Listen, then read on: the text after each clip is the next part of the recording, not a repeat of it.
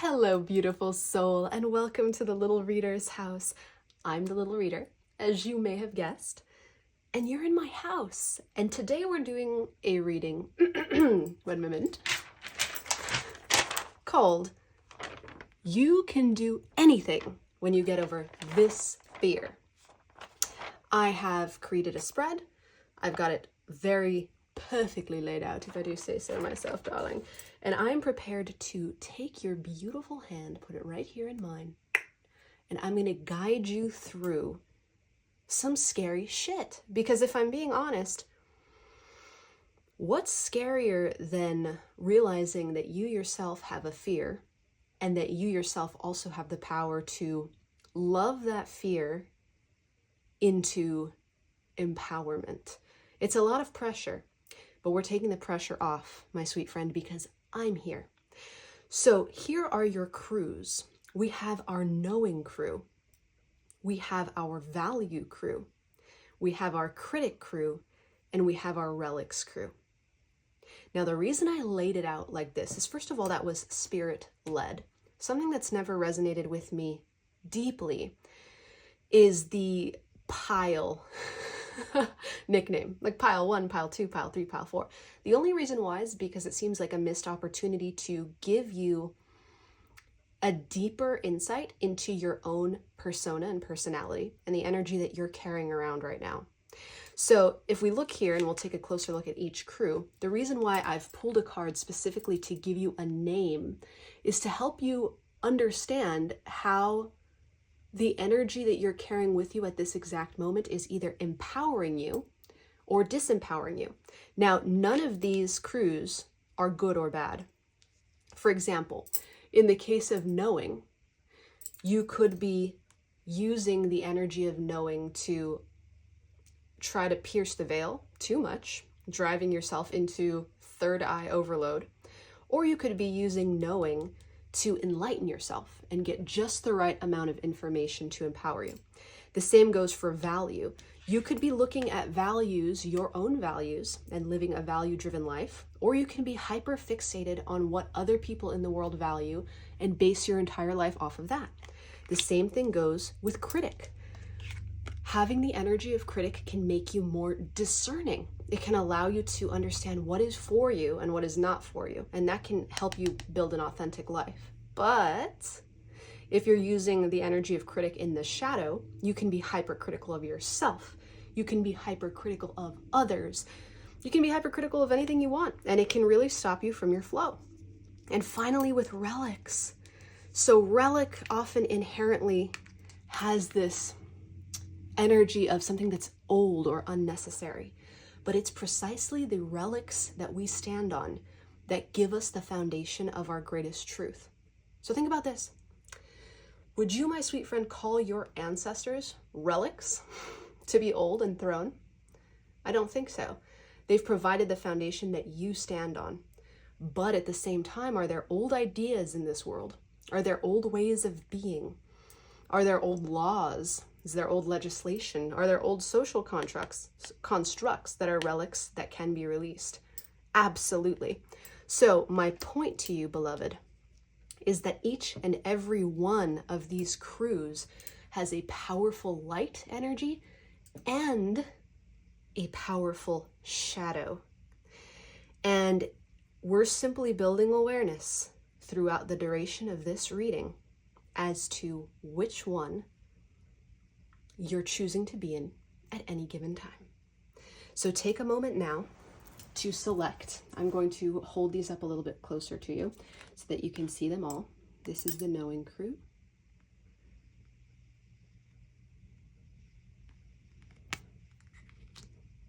And here's your deck. The Chrysalis Tarot. Here's the value crew.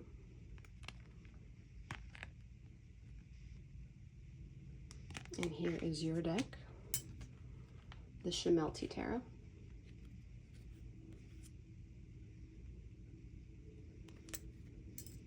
Here is the Critic Crew.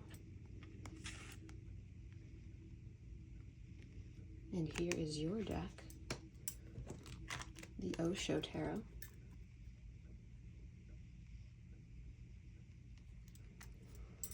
And here is the Relics Crew.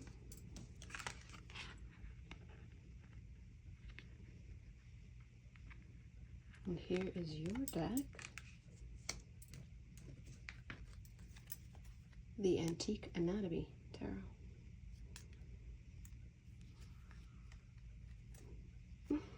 Just heard a funny noise outside my window, and it made me smile. So, check it out. All valuable, all perfect in their own way. Choose whatever resonates with you. Don't judge the name. Just let yourself be drawn into that direction. And then we're off to the races, beautiful soul. I'll see you there. Hello, my sweet knowing crew, and welcome to your reading on You Can Do Anything When You Get Over This Fear. What could that fear be, my sweet friend? We're going to find out. We're going to identify it. We're going to give a name to the face, even if you've never consciously recognized it before. Let's start by looking at your talisman, this card. Knowing. I can't help but notice the emerald green here. And I'm getting a sensation about trust, my sweet friend. Trusting your intuition. Trusting your heart. Trusting that you know what's best for yourself. And then launching based on that. But let's see what the cards tell us. I'm going to set you right over here off to the side. Actually, let me squeeze you in between these two candles. And please don't mind the sound of my space heater in the background. It's a little chilly here in Los Angeles, which is interesting. It's chilly. And we're also having some of the worst wildfires that we've ever had in recorded state history. With it has come a lot of grief, a lot of destruction, just a lot. And I'm not sure why I'm telling you this, my sweet friend, but maybe you've been through some stuff too. Maybe you're going through your own purification, your own fires.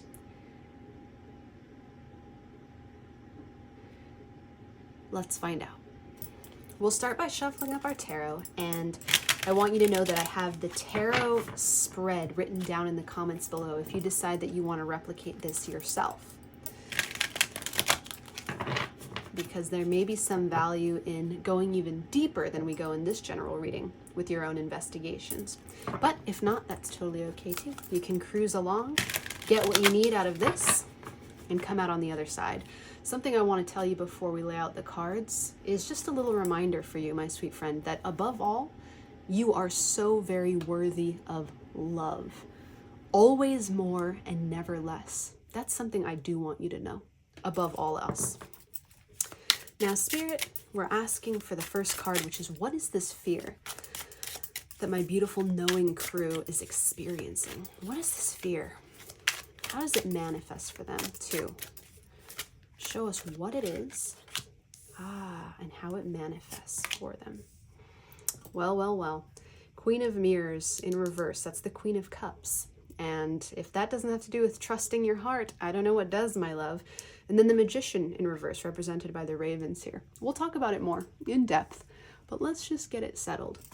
In our second row, we're talking about how this fear affects your relationships and what triggers it. Well, that just fell right out. And it's the Knight of Mirrors. So that's our Knight of Cups coming up upright. Clarify that, please, Spirit. Four of Scrolls in reverse. Very interesting energy. I'm feeling moved to shuffle again as we go deeper. Now we're going to see how it affects your creativity, my sweet friend. How is this fear affecting your creativity? Whoa, the Fool in reverse, clarified by Ma'at's Justice. And finally, your stability. How does this fear affect my beautiful knowing crew's stability? Nine of Spirals and Three of Stones reversed. Okay, back of the deck energy. The Illusionist, Knight of Stones. Really interesting. by the way, that the Knight of Pentacles in this deck is called the Illusionist. That's very specific to you. And look at all those green colors. I'm going to shift myself on my little cushion. And then we're going to look here real close. Give me just a moment to take it all in, my sweet friend. What is this fear? What is this fear that my beautiful knowing crew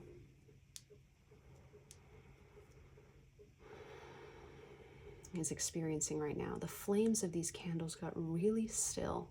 Oh, but then as I said that, we got a little bit of movement. Rhythms. You're holding your breath. Fire is definitely relevant to you, my sweet friend. I see a fire here, burning in the Three of Stones. I feel it in your aura.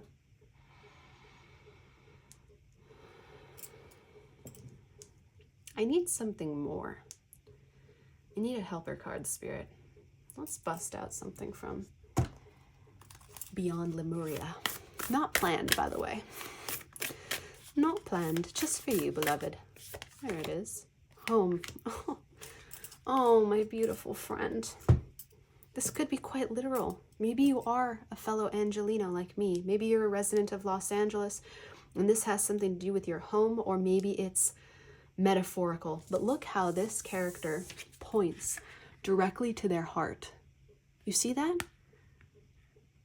It's always been about the heart for you and finding home.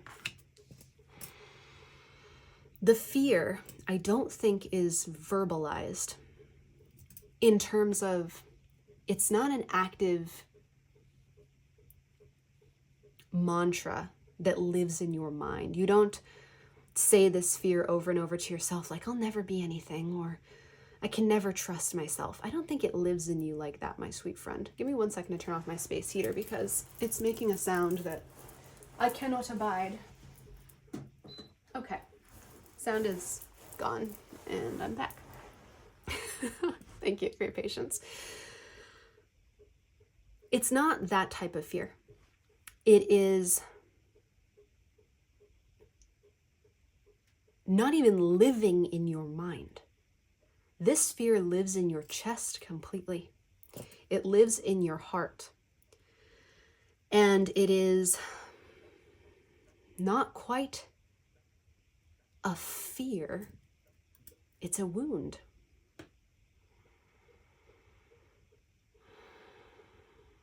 The reality that this wound has created for you is disempowerment, particularly when it comes to manifestation, particularly when it comes to predicting what's going to unfold in your life for you.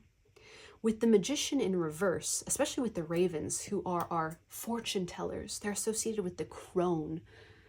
They're associated with being wise, with having insight beyond what the physical eyes can see.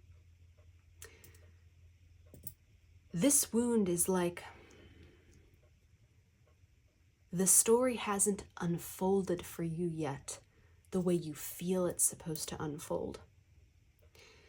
The magic that you dream of, the love that's within you, hasn't met its counterpart in the world, in your life.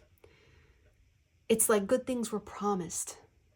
Of course they were, beautiful soul. You came here to experience good things.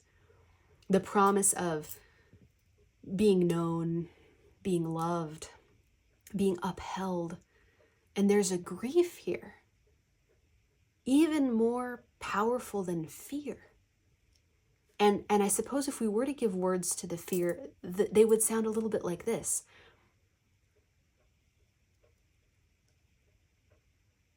Will I never be loved the way I love? Will I never be nurtured the way I yearn to be nurtured? Will I never feel at home on this planet, in this life? And biggest of all, will I never be seen for all that I give, for all that I am, for all that I do? The Knight of Stones here, which is the equivalent of our Knight of Pentacles, tells me that you are a consistent force in this world.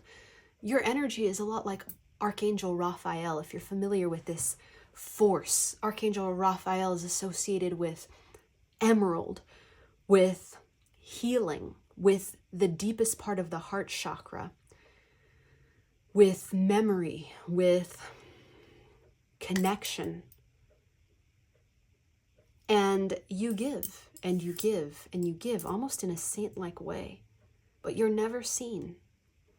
The illusionist here, so interesting because, again, it's so unique to this deck. Never in my wildest dreams, well, maybe in my wildest dreams, that's a quote from the Santa Claus, but kind of a deep cut. If you got it, let me know. But never in my wildest dreams would I, your humble host, the little reader, call the Knight of Pentacles the illusionist. It's not an energy that I reach for when I, in all my grandiosity, think that I know things about the cards and their symbolism. However, fortunately, whoever created this deck was far wiser. And they made this connection that sometimes those who work and show up and hold the world down for everybody else, or rather hold the world up for everybody else, that might be a more appropriate way to say it, they sometimes get lost. They're both the illusionist and the illusion. Just like people forget about the earth that we stand on, that we live on, because it's there all the time and gets taken for granted.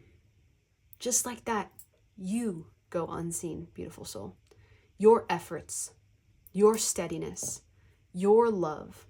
So your fear is, and it's making me want to openly weep, and I might later after this, but for now, I'm holding it together and I'm holding you, my sweet friend. Your fear that's living in you, consciously or unconsciously, is that you'll never be seen and you'll never be loved back the way you love, and that you'll always be a servant, overgiving to others and never getting rest, never getting respite, never getting your healing, and never being able to be home. Now, my sweet friend, this one, it touches me deeply. It's intense. It's also an easy one to transmute. Because as I sit here in your energy, I can tell you this. If you love yourself with just 1/2 of the love that you give to everybody else and the support that you provide to everybody else, this fear will disappear. Because there's a belief woven into this fear that I must give to others in order to receive. I must filter my efforts through others in order to A, either be worthy of receiving, or B, to actually feel the energy come back in. There's an act of selfless service here that's so beautiful, but it's turned dark, my sweet friend. Now we're lost in the void. You see this heart here. If we look, she's actually pointing to a star in the sky, but she's hollow there. She's empty, and that's the universe behind her. I'm going to assume her gender here, forgive me. Sweet little creature. We're in the void. You've like punched a hole in yourself, or life has punched a hole in you in order to keep going this way. It's definitely unsustainable, and we're definitely transmuting it right now. So let's move forward, shall we? Shall me? Yes, I shall. Shall we is what I meant, my love. Let's move forward, my sweet knowing crew. Take a deep breath in with me, would you? Exhale whatever air is going on there. And second, a nice deep breath. And let's sort of go. Beautiful. Here's how this is respecting. My goodness, words are what? This is how this is affecting your relationships, beloved. And this is really important to share with you because you already know it, you're already aware of it, but you need to know that it's seen by spirit so that we can get to correcting it. With the dreamer, the Knight of Mirrors here, who is our Knight of Cups, you approach your relationships with this incredibly giving, romanticized approach, which means that you, let's see if I can fix this light so that it can actually shine on us in a desirable way. Possibly no such luck. Stand by, my love. We're doing it. We're doing it. We're not doing it. It doesn't want to cooperate. Oh, sort of. Not exactly what I hoped, but anyway, I've had to undergo 2 set adjustments while you've been here, my sweet friend. Thank you for your patience, but also make a note of that. Adjustments will be required. You romanticize your relationships, my sweet friend. You bring in this energy of, I'm going to give so much to you that there's no way you won't see my worth. There's no way that you won't love me. There's no way that I can't make this work for both of us. But the 4 of Scrolls in reverse, which is our 4 of Swords, tell me it ain't working, my sweet friend. It ain't working. Instead, what's happening is you're exhausting yourself. You're getting no rest. You're overgiving. And this can lead to bitterness. This can lead to resentment. This can lead to frustration. Your relationships aren't functioning in a reciprocal way because this fear is preventing that from happening. In a way, this fear is that I'll never be met equally. So it's not taking the reins of your relationships and demanding that you're met equally. Instead, it's continuing to do trades and transactions. And what I can see here, sweet spirit, is that you're trading away too much. For example, you may think if you give up your evening to spend with your partner, when you originally wanted to do something for yourself, but you're going to spend it with your partner because they want you for dinner and drinks when you go out tonight. They want you there. You think that that's going to create harmony in the relationship because you give, you show up for them.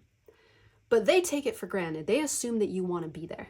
So they're not even going to think of it as an act of love or an act of service. They're going to think, oh, of course my beautiful knowing crew wants to be there. Why wouldn't they want to be there? They didn't say anything. And so it doesn't build the type of love or the type of reciprocity where now they owe you some sort of sacrifice of their free time for something that you want to do. It's not going to work like that. There's so much unstated need here.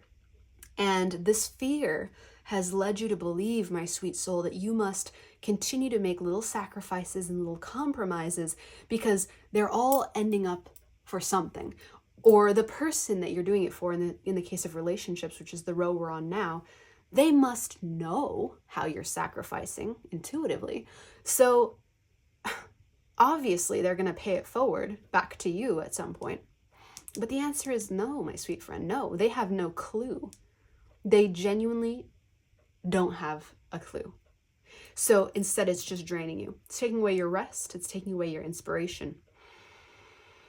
And it's led to exhaustion. If you're not there already, you're on the fast track to it, beautiful soul, in relationships because of this fear. Now, in terms of your creativity, this is where it's hitting you the hardest. 2 major arcanas here. We've got the Fool in reverse, and we've got Justice in reverse. What creativity? This fear, my sweet knowing crew, has put you into a creative block. You're either telling yourself at some point you're going to get around to being creative, or you're telling yourself that your creativity is not a priority. It's not important right now. That it's okay for your needs, your creativity to be on the back burner because either that season is over, that era is over, or it'll be back one day.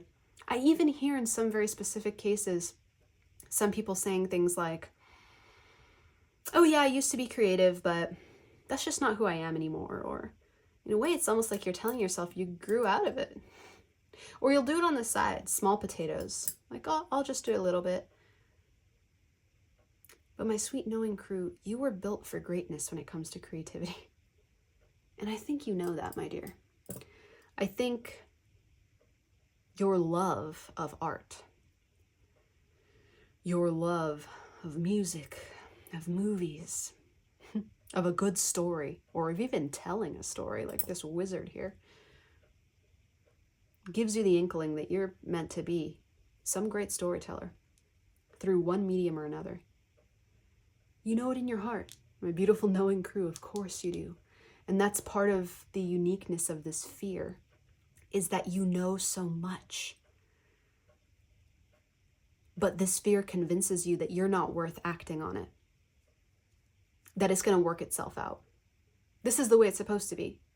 This is the role you were born for. Quiet supporter. Why would you bother or dare to think anything else? That you were meant to be more. That you were meant to be the main character. Silly you. No, my sweet love, not silly you. Your inner knowing is absolutely accurate. You're meant for great creative works. We've got Merlin here, one of the best known wizards of all fantasy time. You've got Maat here, the great bringer of justice.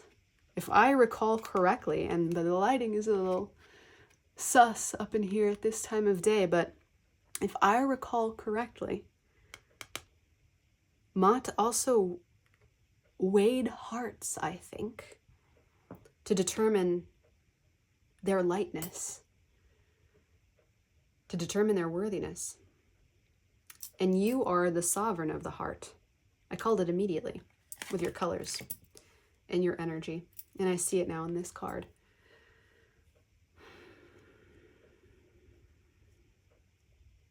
It's time to apply your insights and your justice and your wisdom to creating justice for yourself.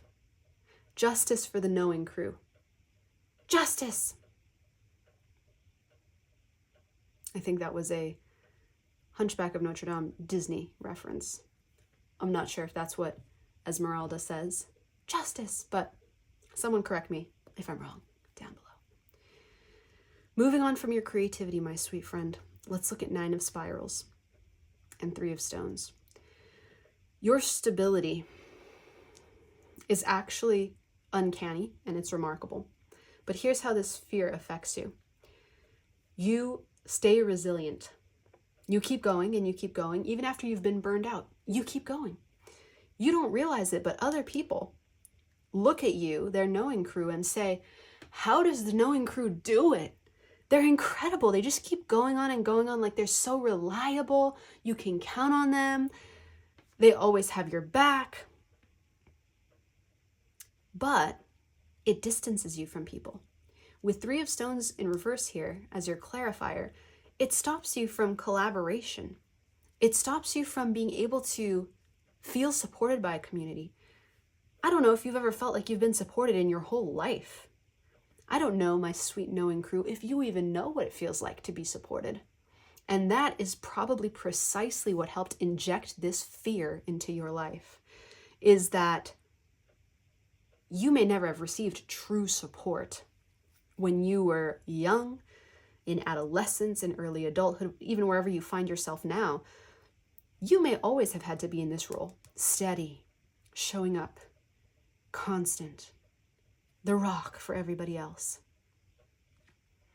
So now you remain that. But it's time for you to get a taste of that, my sweet knowing crew, and to find out what it is to be supported by your community. You have been a lone ranger on the face of this planet, holding down the goddamn earth for all of us. And this fear has either told you that at some point people are going to turn around and go, oh my gosh, knowing crew, what can we do for you? Or this fear, alternatively, may have told you you're going to stay invisible forever. And maybe when you're having a good day, you believe that one day everyone's going to turn around and ask what they can do for you. And when you're having a bad day, you just believe this is your lot in life. You're fucked. Like, I'm invisible, I'll just keep supporting the world forever. We let that go today.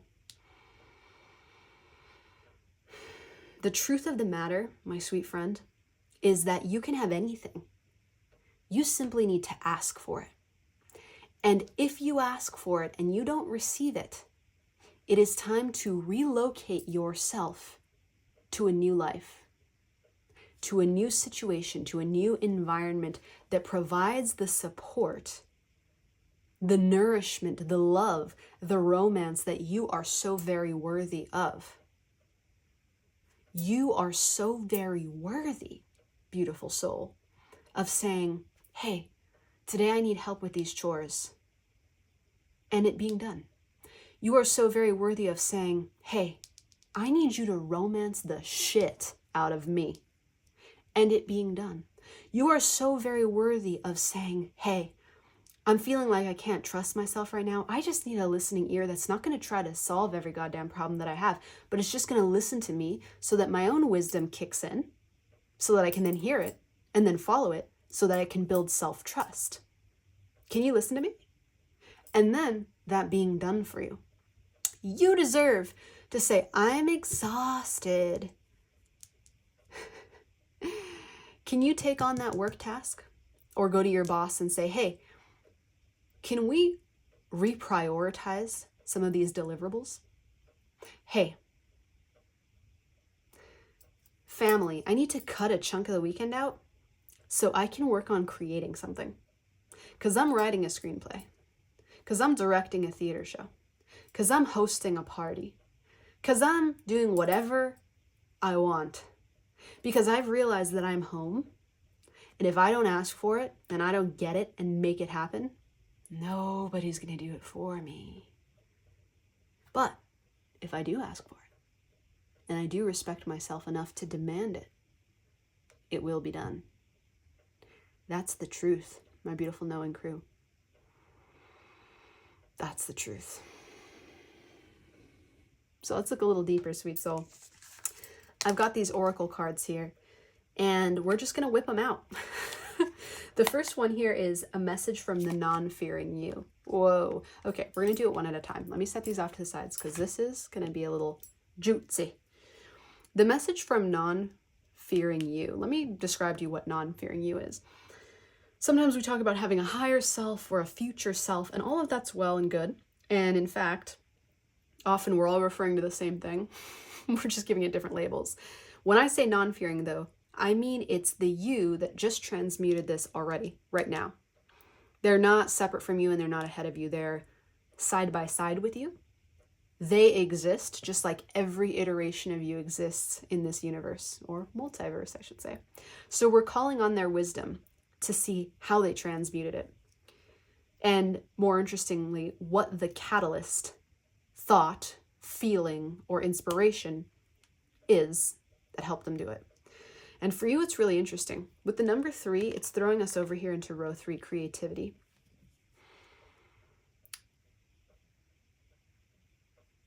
Understand that what it all gets down to, beautiful soul, is that you are alone in this world. And the part of you that's been trapped in the shadow of this fear says, yeah, I fucking figured that out already. Thanks a lot. I am alone in this world. Thank you. But that's not what your non-fearing self means.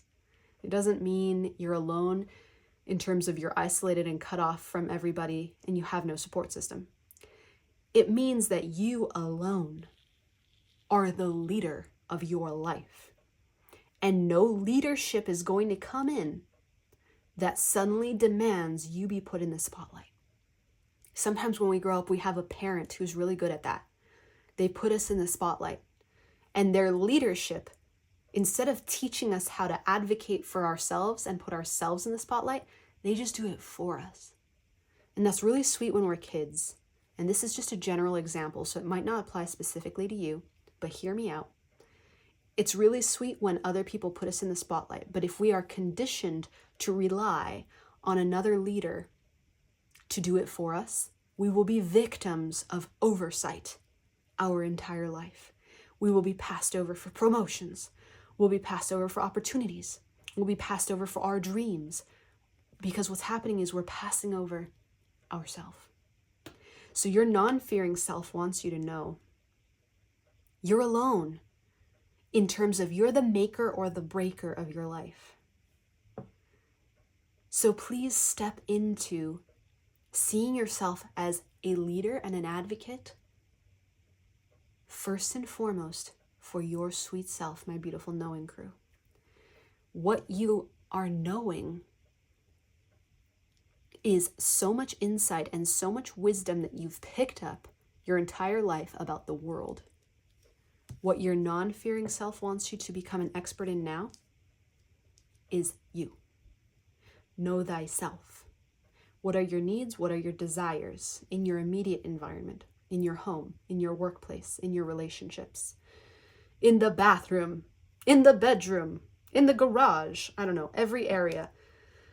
Write it out and then start to advocate for it as if you were leading a political campaign, baby. Talk to everyone in your life. Tell them what you need. And then start firing them if they cannot give it to you. I don't mean to be cutthroat. Actually, I do. Fuck that. I'm going to be cutthroat right now. Okay? Because you, my sweet friend, are so kind and so stable that we need a little bit of energy to come in here and encourage you to be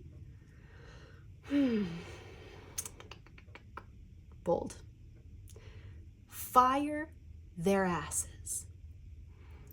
Not just the people, but the environments. Not just the environments, but the conditions within those environments. Advocate for yourself. Your non-fearing self knows that when you do that, you will step into a world, a brightness, a lightness, a power, and a wisdom that you've always had inside of you, but you've never been able to capitalize on it. And let that mean whatever you want it to mean. Maybe it has to do with making money from your projects. Maybe it has to do with having more romance in your relationships. Maybe it has to do with turning your house into a home that you actually feel like home in. Do you even feel at home in your home? Something tells me you might not. Advocate. Because right now you're between worlds. You got one foot out, you got one foot in. Your non-fearing self has both feet in self-advocation. Because your non-fearing self knows you're worthy of feeling at home in your life. Not just at home, but the master. Next is guidance for release. As if that wasn't enough. Oh, oyster in reverse. Okay, so we're just going to reiterate. I'm here for that.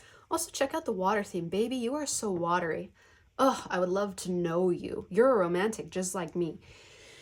So that means you are that shoreline, beachside walking, sunset watching, dreamer, romantic. And part of your romantic tendencies are contributing to, are fueling this romantic idea that life is going to turn around and save your ass. And with complete love and respect, my sweet friend, my sweet knowing crew, you know that's not true. It hasn't done it yet, and it's not going to do it again. Did it do it again? Maybe it happened once for a brief period of time, but it's not going to happen again. Your lesson now is to come out of your shell, to stop clamming up, to open the shell, and to reveal the pearl inside. And I'm talking about a hostile takeover of your life. It's like a ghost has been sitting in charge of your life, and you're letting other people's expectations run the show and influence run the show. You're more empowered than that. That's a little strong. It's not like a ghost has been running the show, but like 50% of the time with this between worlds. You alternate between everything you've learned and putting into practice, but then if things go wrong, you kind of get scared off and you're like, oh, and you clam back up. But you've had enough life experience to know at this point, baby, it's time for you to just hostile take over your life. Get out of the shell. Your release is going to come from opening up, showing everyone the pearl that's inside and saying, yeah, there's a pearl in there. Check it out. I'm extremely valuable. I'm extremely worthwhile. And here's what I'm demanding now. And if you're not interested in this pearl, don't you worry a bit. I'm going to find somebody who is, even if that somebody is me. You don't necessarily have to rehire everyone you fire, but you do need to purge, clear the air. We love a hostile takeover. Okay. The first thing that's going to happen when you've released this fear. Don't let your past hold you back. I love it. South Node. Okay. With South Node, there's so much here. With South Node, you've built a fair amount of your life on a people-pleasing persona. So when you lose the persona and you drop the fear that you're not worthy of advocating for yourself, there is going to be a new fear that comes up, which is like, oh shit, I'm going to lose everything I've built my life on. Good news, you are not. The people in your life, the places in your life, and the things in your life have actually grown with you. And that is where the universe supports you, my sweet knowing crew. Not in making it easy for you and letting you be a victim in your life, but in helping everything around you to grow with you, so that when you do turn the lights on and you do come home to yourself, at least half of those people, half of those places, and half of those things, it's really about half with you, at least half of them are going to be right there with you. Like, you might even have some friends say to you, oh, finally, I was wondering when you'd wake up. Because they've been waiting. People, did you know, my sweet friend, that people actually wait for you to take authority and initiative in your life? And people actually assume that the things you do in your life, you do because you want to do them? I know that's revolutionary. Like, what? Really? Because the way you go through your life is, I will do it for you. Like, I'll do it for you. Not because I want to, but because I love you. So you try to be so kind and considerate of everyone else. I'm here to tell you, baby, that everybody else assumes you're doing it because you want to do it. It's going to be a newsflash to some of them that your habits and the way you've been in the past is more for them than it is for you. But for others of them who have grown right alongside you and who are going to be in your future, they're going to be like, there you are. There you are. Been waiting. So that's beautiful. Don't let your past hold you back. You won't be held back by your past. That's the first thing you're going to see when you open up to releasing this fear. When you come out of that shell and you start advocating for yourself. Give me one moment. I need to cough, please. Thank you.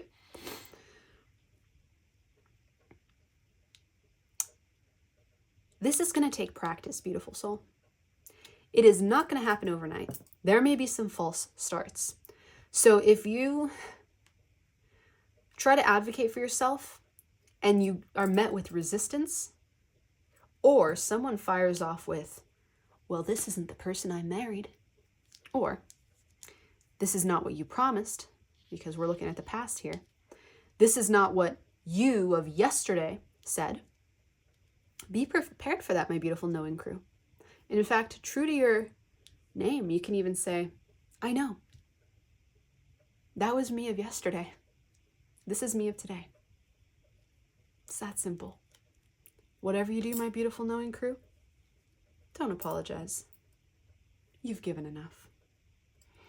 Next, what life looks like. Oh my gosh, look at that. Except this creature is whole. Where this one has a hole in their heart, this one, let me get up close to the camera. Oh my goodness, sitting on the floor. This one has a diamond over their heart, okay? So where before we're looking to be filled, oh, we've gotten filled. You know what I mean? Just kidding. Kids, cover your ears.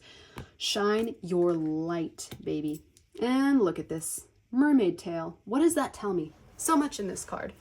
It tells me that what your life looks like when you release this fear that you're not worthy of advocating for yourself, that you're always going to be invisible, that you'll always have to be the foundation, the unseen foundation holder. Once you let that go, you're going to be shining your light and your life is going to be yours. And look at how you're navigating these waters because you were born to be in the waters, baby. You're a romantic with the Queen of Cups here and the Knight of Cups here. You think in watery ways. You're a lover, not a fighter. Yet you've been fighting your nature. You've been fighting yourself Your nature is to give, but you've been giving to everyone except number one. What you're going to do as soon as you release this is you're going to be swimming, leaping out of the water, diving back into it, going to the very depths, bottom of the ocean, uncovering mysteries, uncovering artifacts, seeing and feeling what nobody else sees or feels, and then bringing it back up to the surface for everyone else. You'll find ways to give, but they're going to be new ways, ways that enlighten and enrich your soul. And for the record, your giving has not been purposeless. You've done beautifully. It's just time to stop it now and to redirect your giving. Can I tell you what type of giving you're meant to be doing now? You're a deliverer of wisdom. That's why we call you my knowing crew. You are a giver of the depths. You see things people don't see. I want to show you some eyeballs that I noticed here. Oh yeah, okay. So let me show you these first. You see things that people don't see. So check it out. Maybe I'll unflip it for you. See how these crows are eating the eyeballs and how there are multiple eyeballs visible? But now check this out. What do you see in all these bubbles? Eyeballs. Cannot get enough eyeballs. You know things people don't know. You see things people don't see. You're a philosopher. You're a teacher. You're a wise one. You could break down every single person you know down to their bones, baby, and tell me, in fact, you and I would have great conversations. You would tell me what drives them, what they're afraid of, what they dream of, who they are, because you're a watcher. You're the knower, my knowing crew.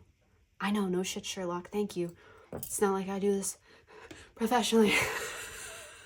I'm just kidding. I do. But anyway, you get what I'm saying. You get me, right? You know me too. You already figured me out from the first second you heard my voice. You are a deliverer of this stuff. So get to delivering it, baby. Waste no more time. Now when it comes to being the illusionist, you get to choose what you show. Dive into those depths. Get your creative works going. Don't let your past hold you back, especially when it comes to your creativity, by the way. I get a big sense that you think this is a previous life, past life, and it ain't. It's your present life. Whatever your thing is, dive into it and start going for those pearls. And begin by showing us your pearl. Your life was made for you to live, baby. Not for us to suck the blood out of like vampires, just sucking you dry and you just giving eternally. Are you kidding me? Please. Okay, final card. What doors will open for you? Oh my God. It's the magnum opus. That's so funny. Wow. I wish I could tell you backstory about... Yeah, I can do it. What am I saying? I wish. Let me just tell you. You are not alone, beautiful soul. Okay? I want you to know that I've been communing with members of the Knowing Crew in real life. They're not even aware of this channel, some of them. They're just living their lives.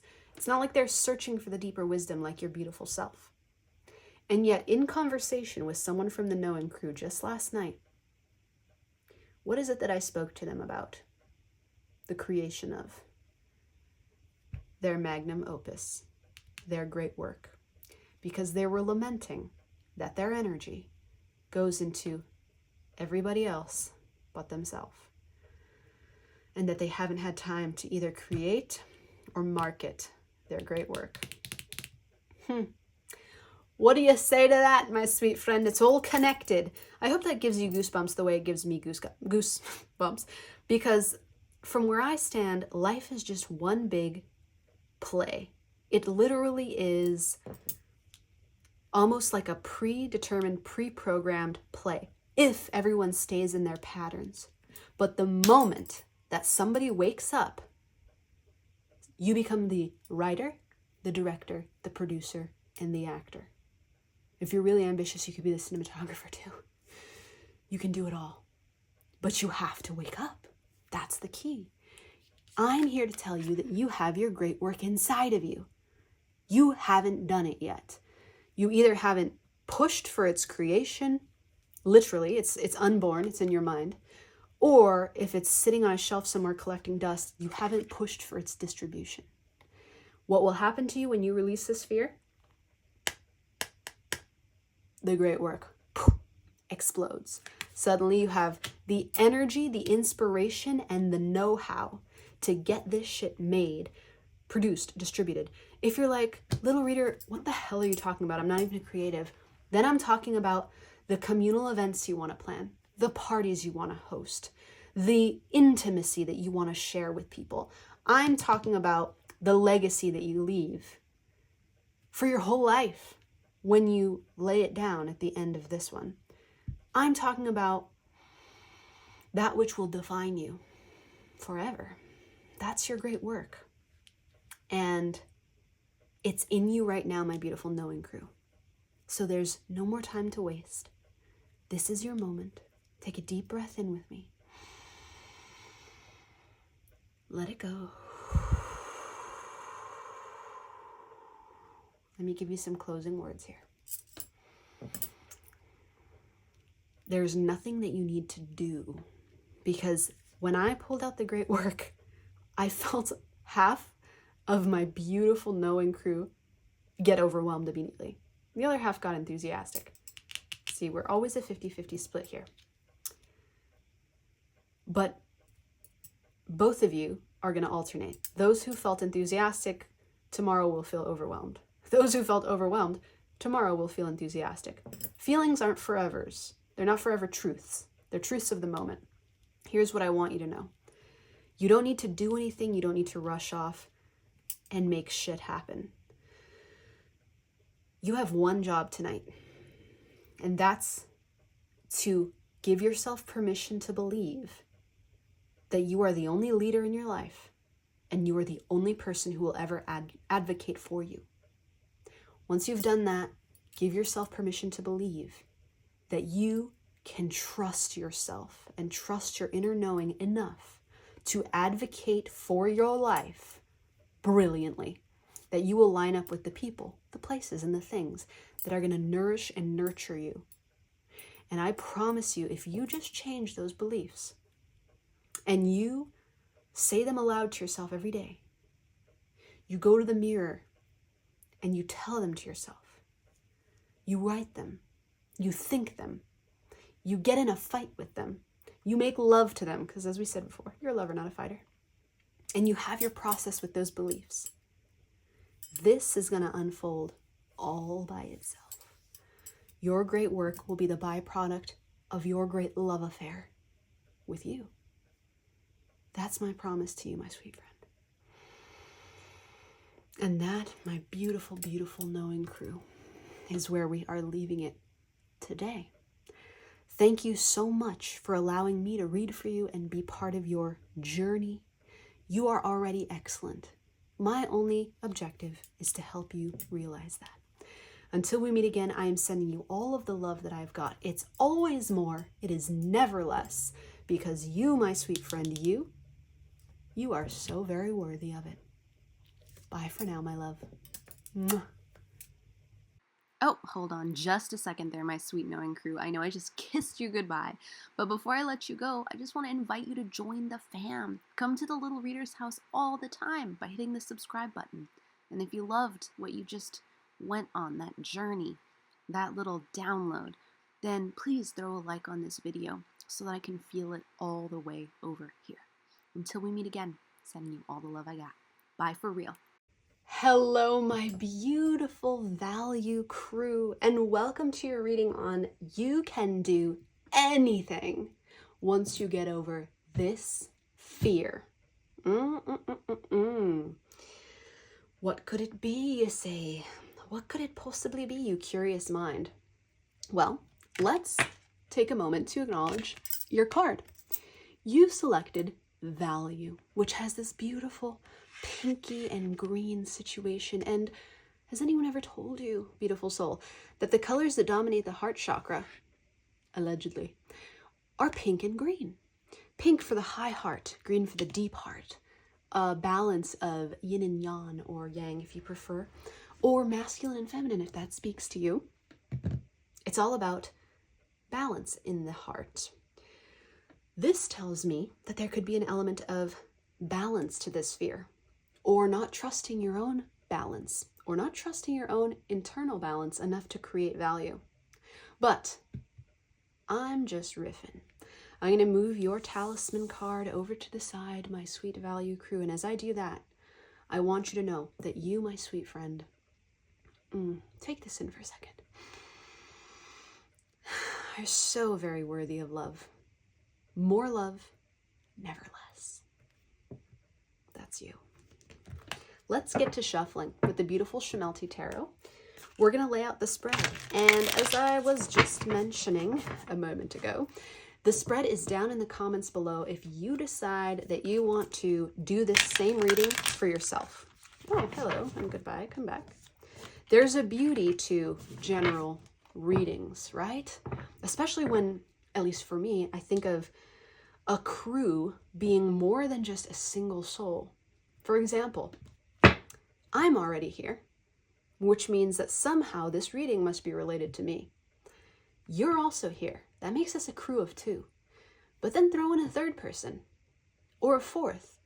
We're all in this together. So general readings are beautiful for that reason, because they're catching collective communal threads. Oh, hi. But individual readings can help take us deeper onto that hermit's journey, that solo journey, which gives us insight into the very specific nuances of little old us. And if you combine them both, and you do both general and individual, you're getting a beautifully rounded, multifaceted, and dare I say, balanced experience. So all that to say, the thing's down there. Now, let's get started with row number 1. Oh, sweet spirit, be with us for my beautiful value crew. Number 1, what is this fear? What is it? And how does it hold back my beautiful value crew? Oh, the 3 of coins and the Queen of Wands reversed. Fascinating. Next, what is this fear doing to their relationships? What is this fear doing to their relationships? Page of Wands reversed. And how is it triggered? What's it causing, essentially? 5 of Wands. And number 3, creativity. How is this fear affecting my beautiful value crews? Creativity, please. Don't do it. Well, we'll do it. We'll just use that one as a clarifier. Whoa, this is interesting. And finally, stability. How is this fear affecting my beautiful value crew's stability? And what will it strengthen when it's resolved? Okay, here's the thing I'm noticing about your cards. Well, hold on. Everyone hold on to your chonies, yeah? 7 of Cups. Okay. You're so quick, my beautiful value crew. Your energy is like a lightning bolt. So let's just do a wee bit of grounding here, shall we? Take a deep breath in. Let her go. And another deep breath in. And we let her go. That's the motherfucking stuff. Excuse my language. Children in the room. So here's things right off the bat. You imaginative babe. Your colors. Your 7 of Cups coming here is the final chef's kiss to encapsulate your energy. You spend so much time high. I don't know if you do. Hey, that's okay for the record. But you spend so much time, whether you're on that ganja or you're in another realm, so to speak, up high, another dimension. You're way up there, darling. What you value right now is that which is intangible. Okay? And I think your dreams are so important to you that there's almost a bit of a fear of them being seen by the world. That is the introduction to this fear. The way it interacts with you is it has created a realm and a dimension that you live in, my sweet friend. You live in it. It is rich. The tapestry of your imaginative world is rich. And yet, it may be creating an obstacle to intimacy, emotional intimacy, deep physical intimacy, intellectual intimacy. Now, let's talk intimacy, because Amanda, what the hell, or heaven, you know, whatever your flavor is intimacy? And so many folks have so many breakdowns on it and how it all rolls.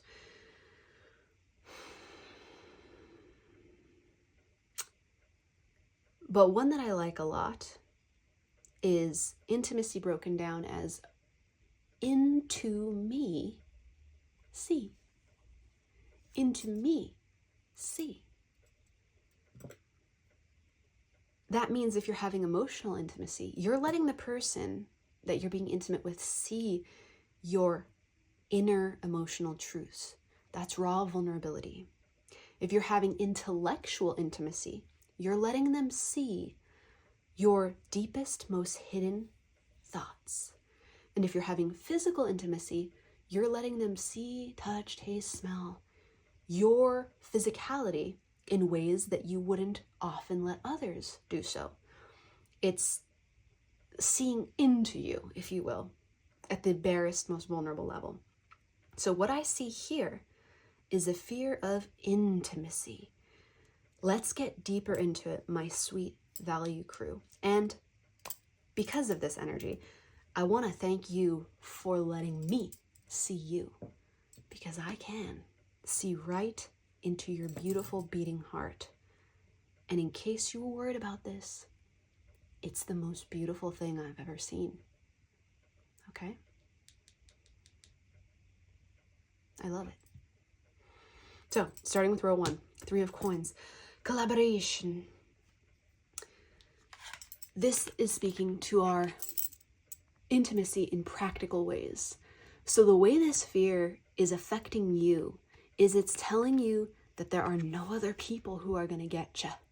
There are no other people who are going to understand you. And it leaves you pretty lonely. But you don't think you're lonely because of this rich inner world that you've created. But I can tell that you are. Because with the Queen of Wands reversed, there's a lack of confidence that is coloring your daily experience. A lack of confidence that holds you back from being spontaneous. It holds you back from being charismatic. It holds you back from taking some risks. It holds you back from, man, being even in feminine energy even. And however you identify, in terms of your gender, in terms of your flow, in terms of whether you think or feel that you are more masculine or more feminine, however you identify, you have within you an element of yin or feminine energy. And what that can mean is an unguarded, free spirit is inside of you wanting to break out and be kind of loose and be like, and like, oh gosh, I wish I could compare it. I can. Wish nothing, Amanda. Just do it. My new mantra.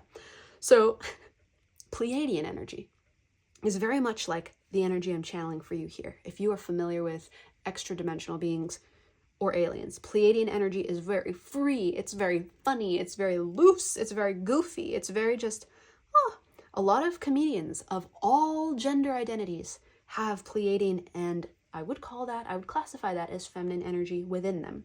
Because although they are standing up projecting, which is a masculine or yang action, they are simultaneously channeling and riffing, often in a very lightly structured and intuitive way. So what I'm trying to say to you, babe, is that your inner comedian, your inner charismatic, your inner fire starter, your inner... Are you getting something from this movement? I don't know. I hope so. If you can see. If you can't see, I'm wiggling my hands around very much like a worm. Something wiggly. Your inner wiggly self wants out. Your inner creative, your inner entertainer. Thank you.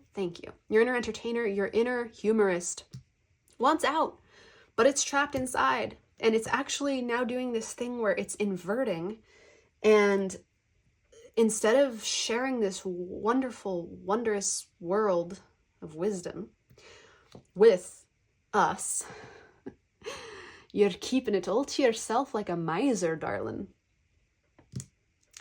And that would not be a problem if it wasn't making you suffer. But it is, baby. It is. So let's just annihilate gently and transmute this fear right here, right now, before we even progress. And let me tell you the truth. The truth of the matter is, there are a million people who get you. They don't really get you, they are you. Hence, interestingly, hence why I had to go on that whole speech about the general readings at the beginning there. Now it's all making sense. This fear tells you all the time, nobody understands you. Nobody could possibly get you. And if you tried to explain it, it would be a waste of your time. So you might as well keep dreaming, keep all your gifts to yourself. The truth of the matter is, millions get you. Millions are hungry for you.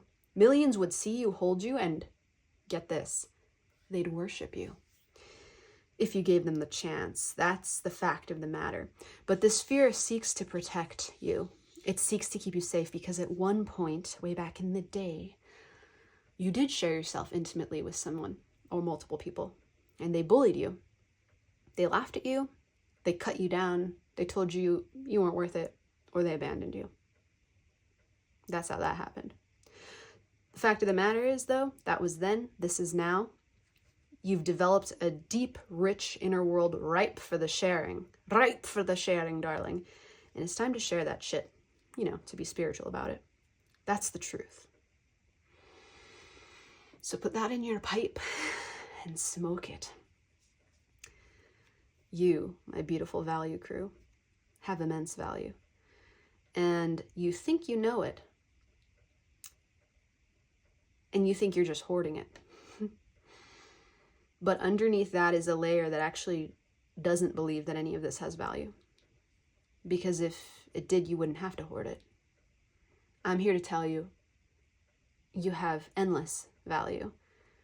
And if you share it courageously, you'll be rewarded with more value. And then you're just going to be a value machine. And it's going to be epic. Number 2, our second row, is about relationships. I don't know, roll, am I hungry? Yeah, always. Is all about relationships and how this fear is affecting them.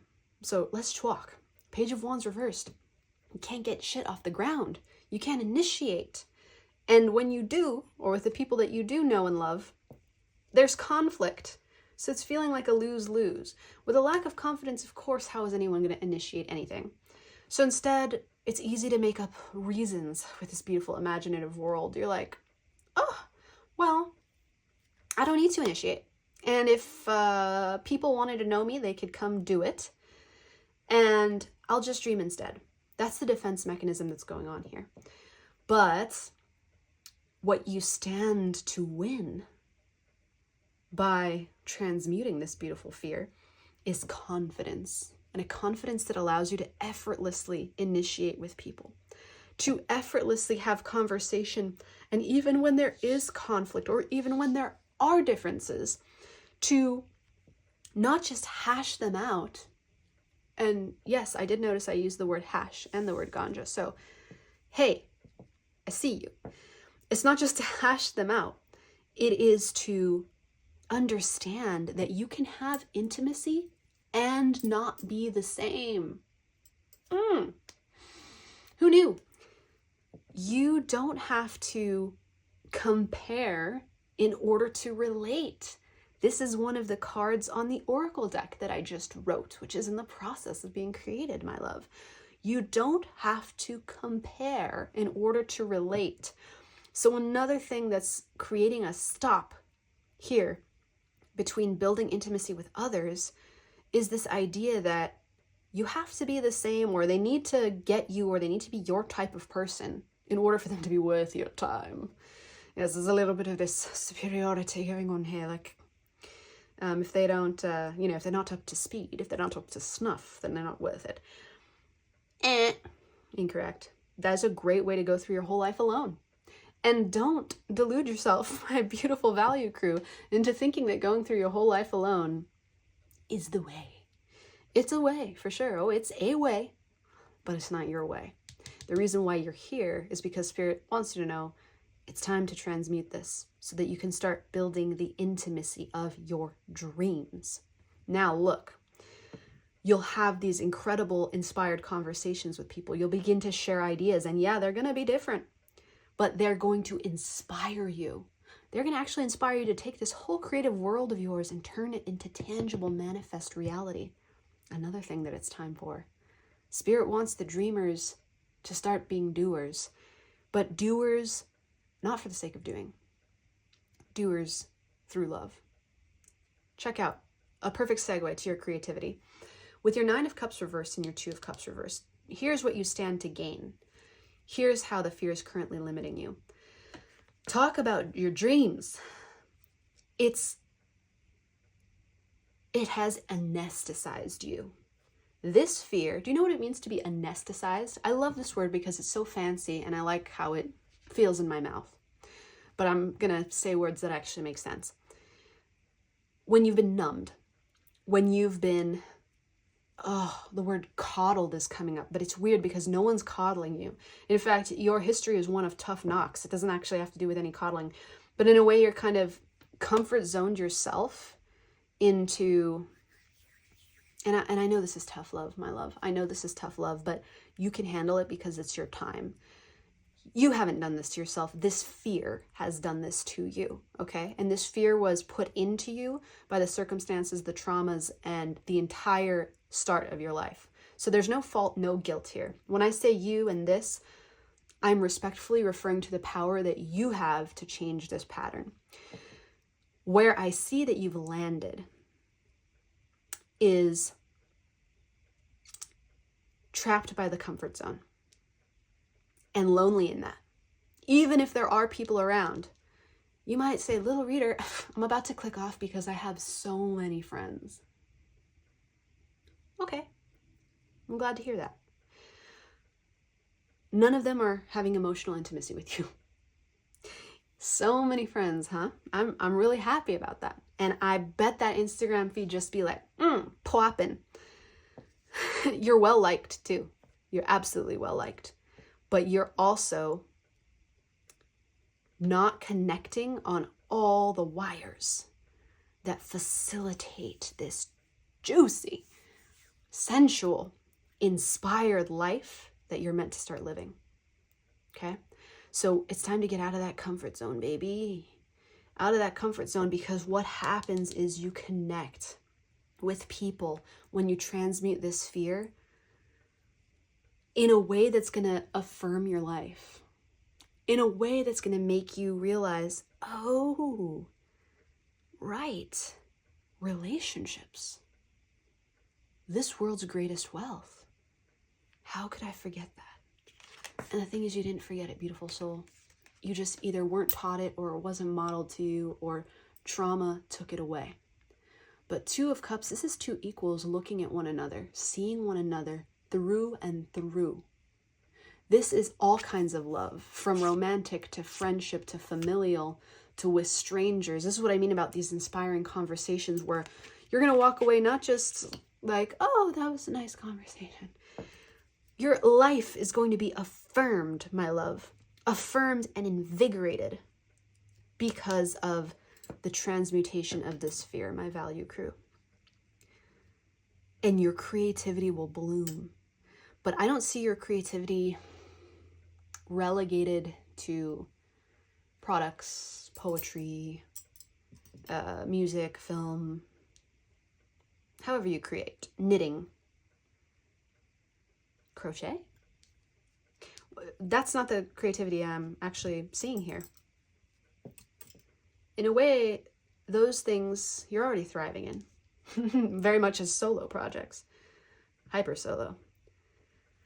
What's going to happen in terms of creativity is your life just becomes a creative act, a dance. And then when you take that energy and hit those projects, it's infused. Everything you do is infused with the ability to build intimacy between you and others. Build intimacy between you and strangers. Build intimacy between you and the natural world and inanimate objects. Everything. Your life just becomes a creative act. And instead of inverting it all, like we see here with the Seven of Cups, and just getting lost in the sauce of your own grandiose thoughts, now you're sharing them. No. Now you're living them. So check this out. Row 4, stability. Interestingly, I'm almost blind to this row, and I'll give you a little bit of what that means. As a reader, something that happens is certain rows pop up prominently. Like, look at me, look at me, look at me. These are the mains. And other things, my eyes and my third eye cannot, it's almost like I can't perceive. It's invisible. And that has been this row. I only now am realizing what these cards are. So let's see. Stability. I mean, that in and of itself is indicative. You know why? Because in a way you've disappeared so much into the higher realms, my beautiful friend, my sweet, beautiful friend, that your stability has kind of disappeared with you. Or I suppose what I'm trying to say is your stability, you find it in fantasy. But the funny thing about that is fantasy is inherently unstable. Which means your relationship with chaos is something to look at here.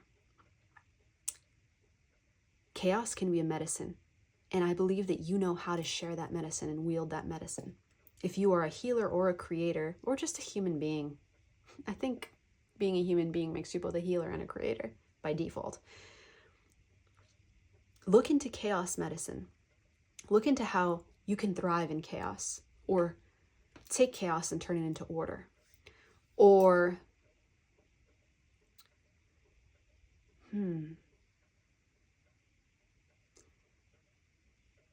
use chaos as a mechanism for understanding universal laws,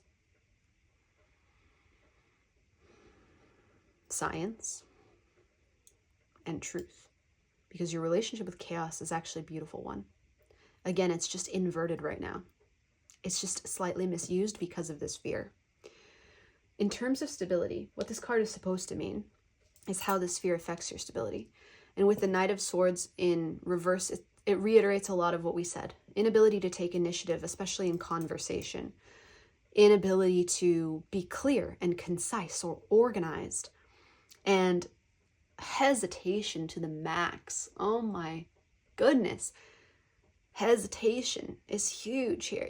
This fear colors your whole world with hesitation, especially when it comes to starting new things. But when this fear is transmuted, as it will be, potentially by the end of this reading, my beloved, with this Ace of Coins here, any project that has been stopped, any project that has been stunted, and it doesn't just have to be project, it could be collaborations. 3 of Coins and 2 of Cups here. It could be relationships. It could be, what else could it be? Gardens. It's really random, but yeah. Anything that you've wanted to do, and really, I feel that you've wanted it greatly, that has been stopped, gets started. It gets going when you transmute this fear about the value of your inner world. The value of your inner world, my sweet value crew. That's what it all gets down to. The value of your inner world. And that value is immense. That value is unspeakable. Okay? Beautiful. You're beautiful. I think I want to hug you. Just give you a big old hug. Yeah. I'm sending you a big hug, my sweet friend. The depths of you are so deep. Don't underestimate your own wisdom. Don't underestimate what you've seen in these higher realms. This fear tells you that you've got to hoard it all. In part because it's not worth sharing and no one will get it. And in part because, and I think this is where resentment has grown because of this fear, because they don't deserve it. Only you get to have your dreams. But please, when we transmute this fear what's underneath that all is an incredibly wise, creative, insightful person primed for intimacy, primed to connect. And it's one of the most beautiful things I've ever seen. Okay? Just like your heart. So let's roll in with our oracle cards. And I'm flipping them over right away. So that's how that's going to go. That was not planned. Let me lay them out and I'll explain what they are. Okay, one by one. Oh my goodness, this does not surprise me. Okay, don't mind the sounds. I'm just...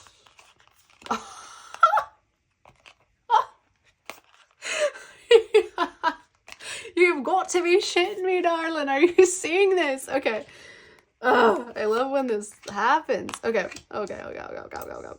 And something that happens, and I have to just share with you as a little insider's peek into the world of myself, is that when I'm reading, and I know people personally who would fit into the crew, the value crew in this instance, they start to talk to me. Their higher selves do. And I have to like shut them down and respectfully ask that they go away. Because ultimately the law of the universe is that everything wants to be seen. Everything wants to be seen. So when you start identifying patterns and energies, everything that's associated with that begins to bubble up. I think you know this better than anyone. You wild imaginator. And the funny thing is, I was doing a reading for one of the people who came up as I was reading these cards for you. I was doing a reading with this deck for that person. And both of these cards came up somewhere in the middle of that reading at different times. So now to see them both here cracks me up. And I'll tell you about that person because they wouldn't mind a bit if I shared it.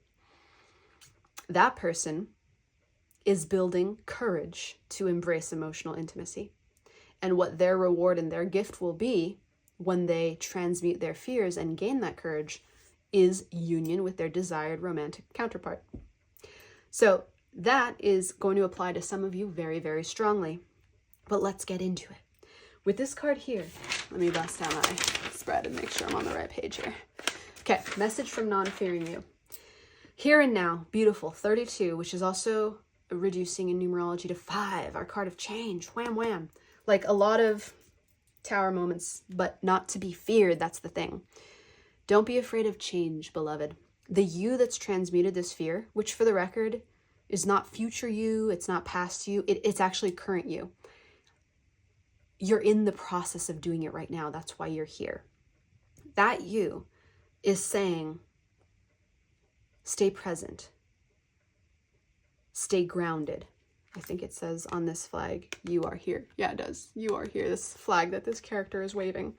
Stay present, stay grounded. Part of this inner world of yours that you go off to is a distraction from an unpleasant present. Someone write that down. An unpleasant present is the result, the cause, the initiation of diving into this inner world a lot of the time. It's like emotions begin to happen. They're not nice. Circumstances aren't helpful. So in we go into fantasy land. And that's okay.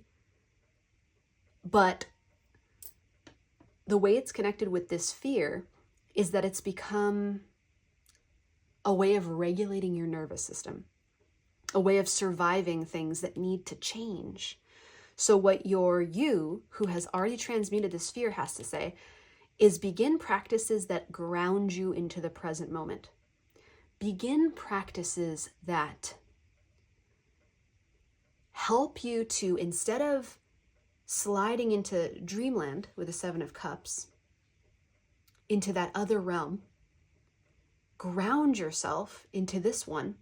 And if you find that you're in situations where you repeatedly start to wander off mentally, it's time to change those situations.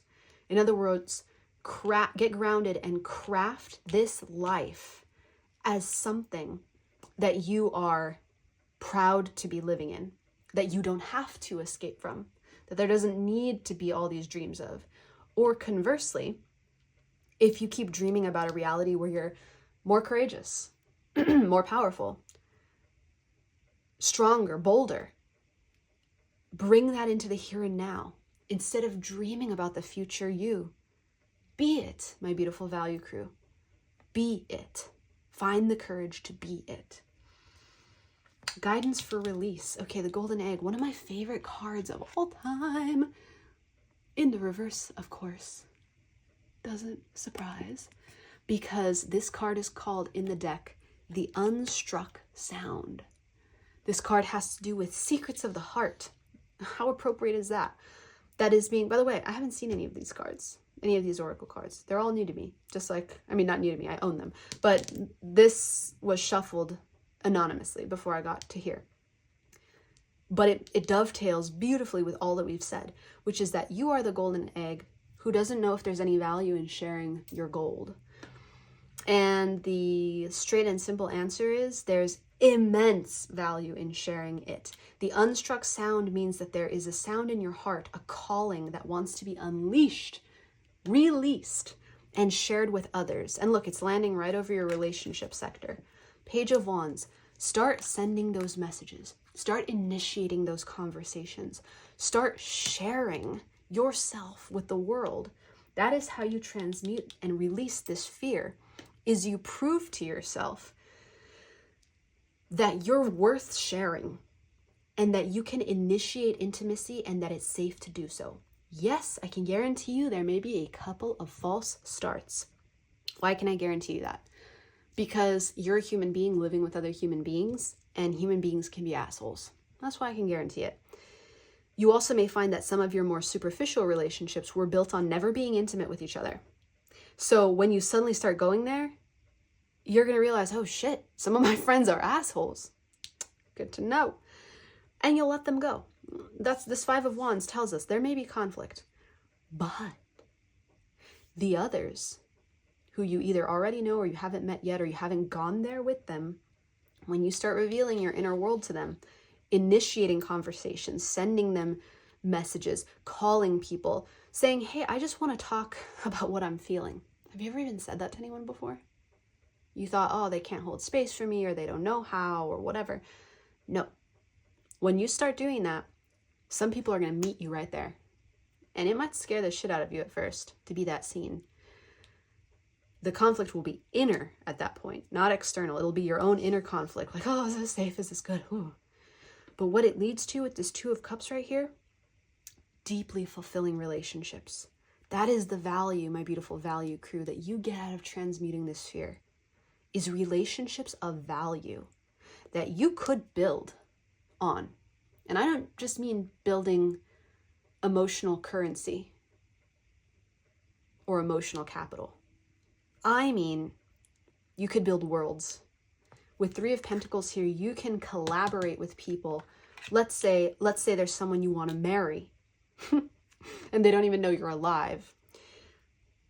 When you find that person, even if you don't know who they are specifically, but you know that you want to get married, you want to have a family, you want to build that sort of family legacy, when you take the chance to show them what's inside, that relationship is going to turn into an actual structure from which can come family, from which can come a home, from which can come whatever it is that those who are motivated down that path are attracted to. You can have that. And something tells me you want that. You want it. Let's be honest here, darling. Number 3. The first sign you'll see when you've released this fear, when you've transmuted it. Confidence is your key to success. Yeah, baby. Look, a freaking lion. We're going to get up so I can show you this now. You're going to see a lion. You're going to see confidence in yourself. You're going to be taking actions that lead you to the life of your dreams. It's that simple. It really is. It's incredibly simple. You'll find yourself making the calls, sending the texts, saying the truths, opening yourself up, being open to emotional intimacy. And you're going to shock yourself. But there's a lion inside of you, my love, my sweet value crew. There's a lion inside of you, and it's roaring to come out. What life looks like Root chakra, ground and center. Well, your stability changes completely. Suddenly, your life becomes really stable, really reliable, really dependable. You can count on feeling mentally more at peace, spiritually more at peace, intellectually more at peace. You can count on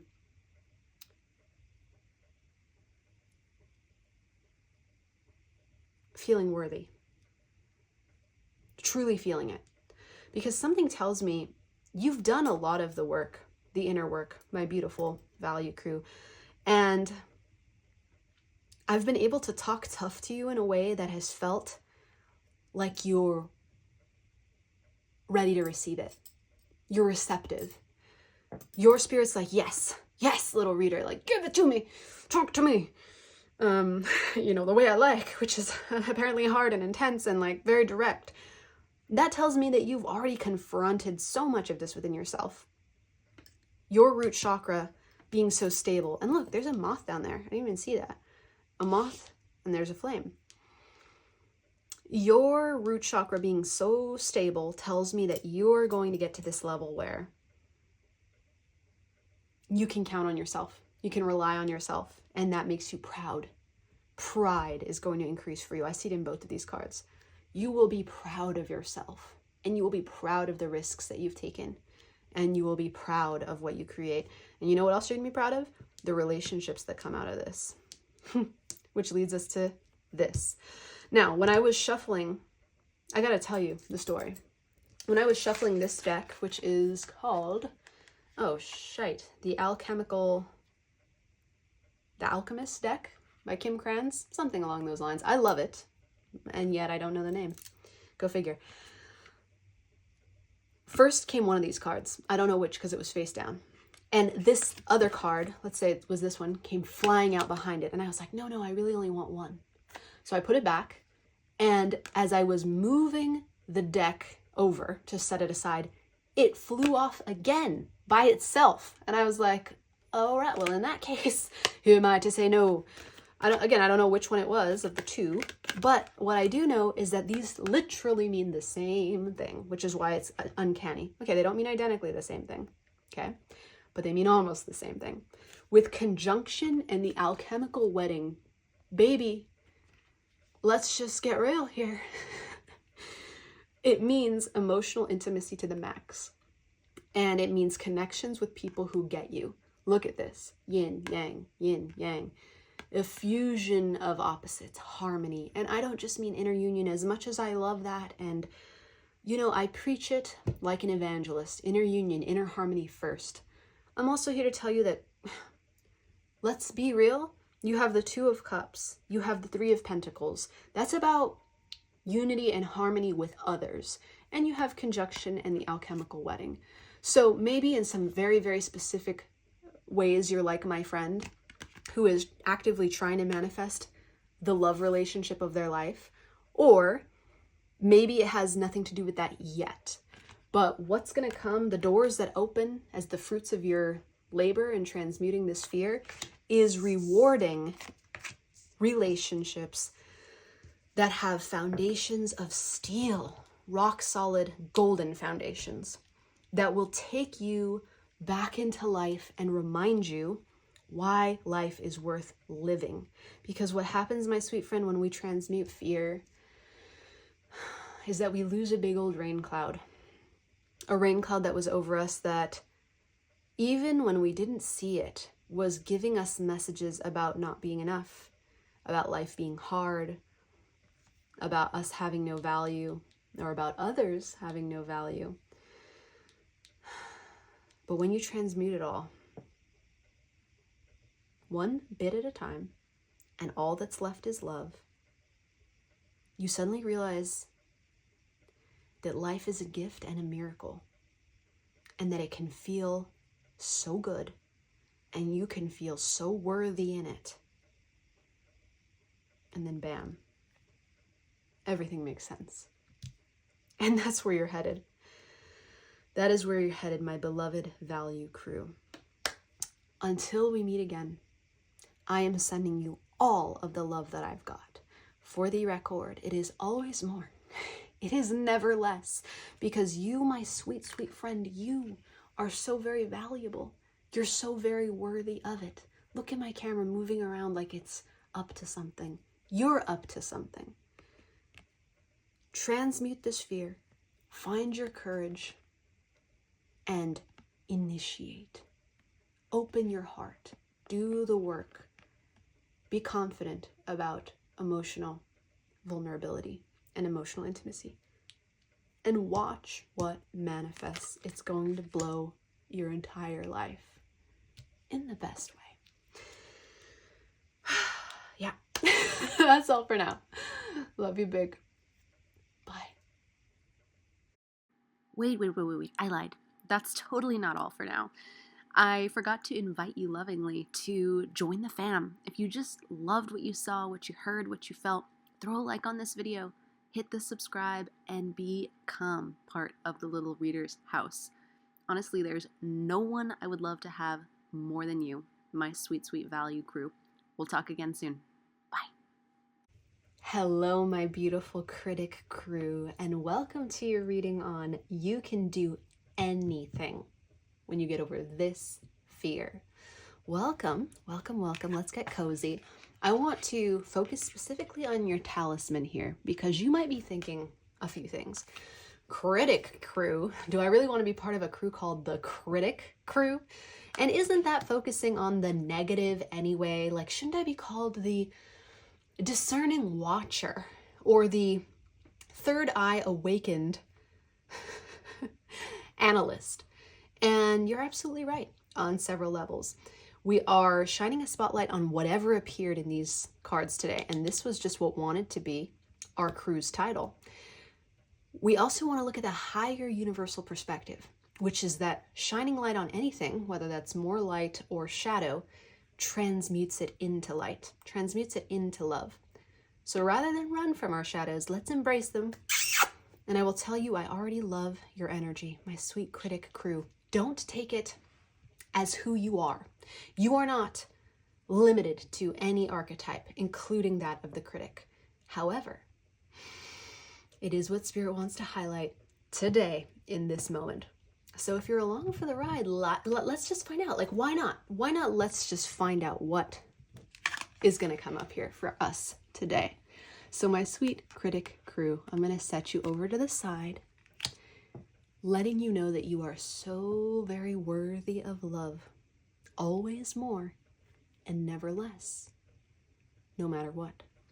I'm going to start to shuffle your tarot up, and we're using the Zen Tarot, Osho Zen Tarot. And let's just get comfortable basking in each other's energy, shall we? How's your day going today? What are you feeling? What are you seeing? Also keep in mind, my sweet Critic Crew, that you might not be the critic. You might be the one who feels criticized. There's room for discovery here, and I feel that your mind is sharp and inquisitive. So let's talk about this fear. What is it? First, we're going to look at what exactly the fear is and how it's affecting you. Clinging to the past, 5 of Cups upright. Then we'll look at how it's affecting your relationships. 4 of Cups, turning in. Fascinating. Okay, your creativity, 7 of Wands, stress, and finally your stability. Let's see how it's affecting your stability. 6 of Wands in the reverse. So we'll get clarifiers for all, and then we'll dive in. Oh, my sweet Critic Crew. Okay, give me a second. Whoop, we're getting there. We're getting there. I see it, I feel it, and I love you. Can I just say, come here, come here. Hugs, hugs. And a kiss, evidently. All right, I'm starting to catch the big picture, my sweet friend. So let's take a second, if you'll indulge me. Let's do a little bit of breathing. Can we, before we dive in? This energy is heavy. This energy is intense. And my sweet Critic Crew, you've been carrying it so long that I'm not sure you feel it anymore. I think you may have adapted. So I want to introduce you to a receptive, nervous system regulating moment of peace. Will you join me? Let's start by exhaling all our air and taking a deep inhale in through the nose. Hold it there at the peak and then side out through the mouth. Again. Deep inhale in through the nose. Hold it and then sigh it all out. Last one. Deep inhale in through the nose. Hold it and sigh it out. Feel your shoulders drop, jaw release, tongue unsticking from the roof of the mouth. A little upward turn at the sides of your mouth. Yes, because one thing you do know how to do, my sweet Critic Crew, is have fun. That is something I feel in your energy immediately. My guess is you're the most fun people as a crew, person as a you, that your friends know, that your family knows. The most lighthearted, the most energetic presenting, the most unstoppable. And if we were doing like that high school survey where it says in the yearbook, most destined to succeed, it's your name. Not from high school though. I'm not talking about then. I'm talking about now. If there were this book, and I don't mean Facebook, but something like that, that was like a high school yearbook of the present moment, you would be most destined to succeed. Because what you don't realize is people see you as driven, having it all together, an incredible balancing act that you pull off, ultimate power. And you are powerful. My God. Powerful, social, fun, fiery. But we're talking about your fear today, my sweet friend. And this spread that I'm using is available down in the comments if you want to conduct this exact same system on your individual self. But we're talking about the fear that hides in the shadows. So prepare thyself and let's go easy on you.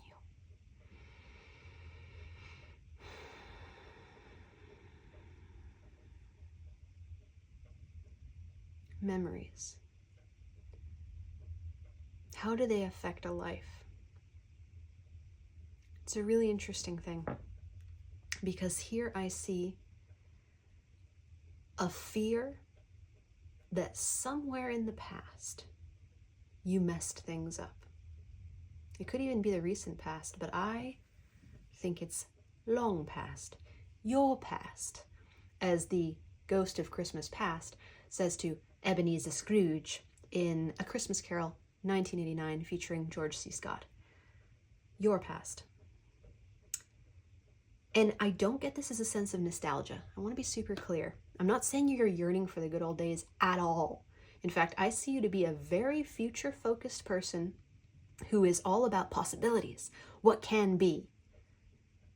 And yet, in your personal past, there is a belief that you did a thing or multiple things that either created bad karma or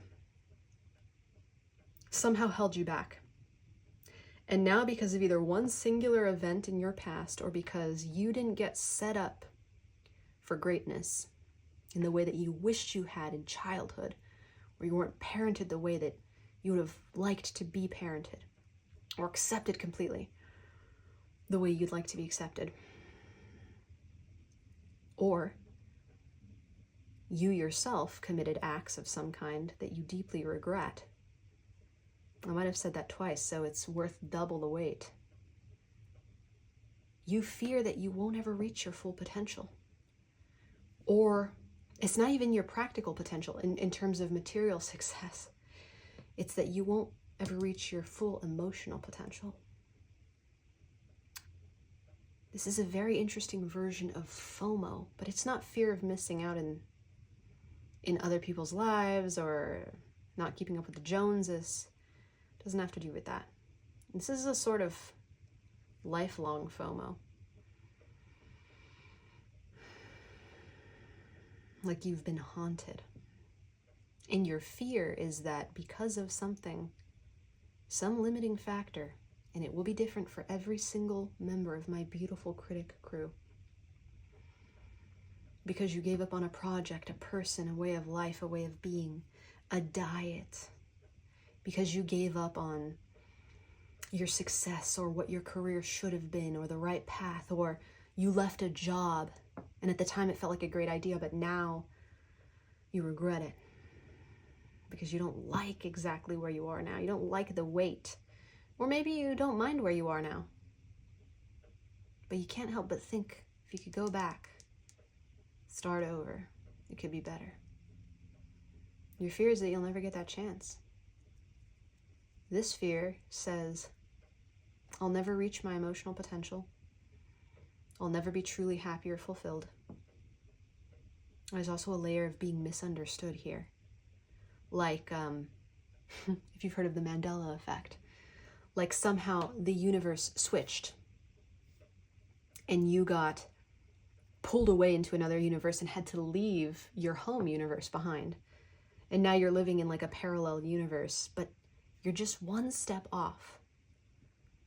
You're one beat behind. It's a fear of being an outsider forever. It's a fear of being an outsider to yourself.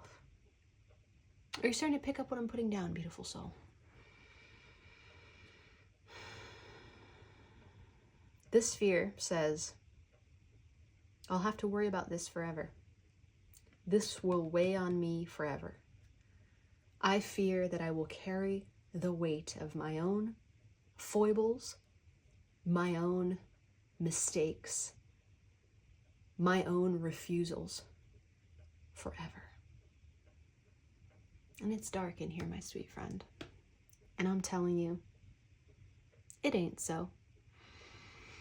I'm happy to report a fact that might blow your mind. You can't mess this shit up. I know, it's crazy. You're like, what do you mean you can't mess it up? I've already messed it up. I can point to you, little reader. Not to you, hopefully not to me. Hopefully I wasn't involved, but let me know if I was. I can point around and I can tell you exactly where I messed up. And I'm telling you, you didn't. Shall we fight? I think a little fight would be good for you, beautiful soul. I think you're like fire and you're raring to burn. And I think sometimes maybe you lash out at yourself, sometimes at the people you love and adore most who are near you. But that lashing out isn't personal, not to them and not to you. It's stress. And it's stress from carrying the burden of believing that you've already gone too far down some wrong path. And you haven't. Okay? So more deep breathing in here. Especially if you deal with any type of breathing challenges. Physically. Anything like COPD, anything like asthma, anything like emphysema. Anything cardiovascular. Because I feel such a tension in my chest and in my shoulders that I can see this easily manifesting into the physical. And then the physical symptoms exacerbating this feeling. It could come with arrhythmia. It could come with irregular heartbeat. So keep breathing deep. You're exactly where you're meant to be, my beautiful Critic Crew. And the only thing that makes your journey wrong in any way is if we decide to criticize it. And did you know that it's possible to criticize anything in this universe? It's possible to criticize flowers that grow out of the earth. It's possible to criticize the earth itself. It's possible to criticize the ocean, art. People that you adore and love are criticized by others, did you know? Children are criticized. Infants are criticized. Animals of all shapes and sizes criticized. But does that make the person, place, or thing that's the victim of a critical eye wrong? Or is it the criticism itself that needs to be loved and transmuted? I propose it's the latter. That if we love on the inner critic and we turn it into an inner advocate, suddenly the flaws disappear. Like they were never really there to begin with. So let's get deeper. The way this is affecting you is through anxiety. This is the manifestation of the fear. I can never go back to fix what I've messed up. Endless anxiety, chest pain, flutters. We've talked about the physical symptoms. I feel myself short of breath just tapping into this, because what's linked to it is all kinds of trauma, blaming the self, even for abuse, physical, emotional, mental, that happened in childhood, which, for the record, my beautiful Critic Crew, not your fault, not your responsibility, not something you attracted to yourself, simply required to give you a trajectory for your journey, which, for the record, you've had a beautiful one, a perfect one. So we're going to replace with a new belief here. My past holds no power over me. My present moment is mine to command. I'm exactly where Spirit wants me to be. And any dream and desire of my heart is destined to come true.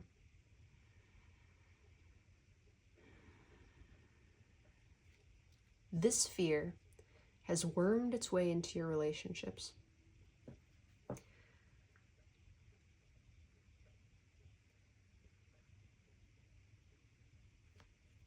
As a self-isolation, and as a very clever defense mechanism, my sweet friend. You may have turned to spirituality, as a matter of fact. You may have turned to self-help to escape the voices of guilt about the past. But as a result, this turning in, interestingly, it's the Four of Cups here, which is all about rejection and emotional apathy and refusing opportunities. This turning in has benefited you in so many ways, but it hasn't done one thing for you. It hasn't allowed you to build trust in yourself and trust in others. This tells me that the emotional wound from yesteryear, whatever it is we're riffing on, a decision you made, abuse from a parent, abandonment from a parent or a caregiver, poor choices in youth, poor choices in adulthood, left jobs, divorces, breakups, bankruptcy, you mention it. Whatever happened back here, traumatic events of any and all kinds, natural disasters, loss, grief. This protective mechanism has been created to help you survive and get through it. An adaptation, if you will. Maybe you meditate. Maybe you're an artist. Maybe you're a channeler, a medium, a reader, like myself. But in doing so, there has developed this over-reliance on tools. And I'm pointing to this table because this table is holding these cards. There's an over-reliance on methodology created by so-called stronger forces who are above criticism. They've written books. They're academics. You know, they're whoever you put your faith in. Even me, they're the little reader. They're on YouTube. Therefore, they must know something. Don't be so sure, darling. I'm just kidding. Mostly. Nobody, my sweet friend, my beautiful Critic Crew, nobody can know the truth of your life like you. And what I see here is a beautiful soul who's kind of tried to distance themselves from what they believe to be the truth of their life by tuning in and turning toward spiritual truths,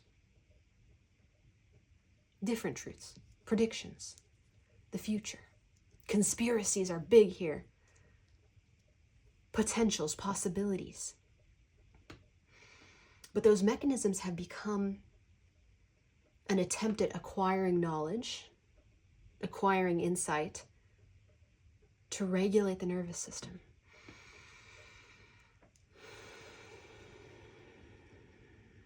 To soothe the soul. But in reality, it's creating a bit of an isolating effect, my sweet friend. It's turned you into an island unto yourself.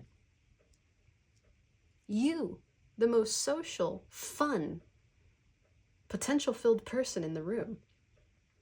And I don't think that others fully know it. I think others do feel emotionally connected to you. But they haven't hit your depth, beautiful soul. Because this fear hasn't allowed you to hit your depths.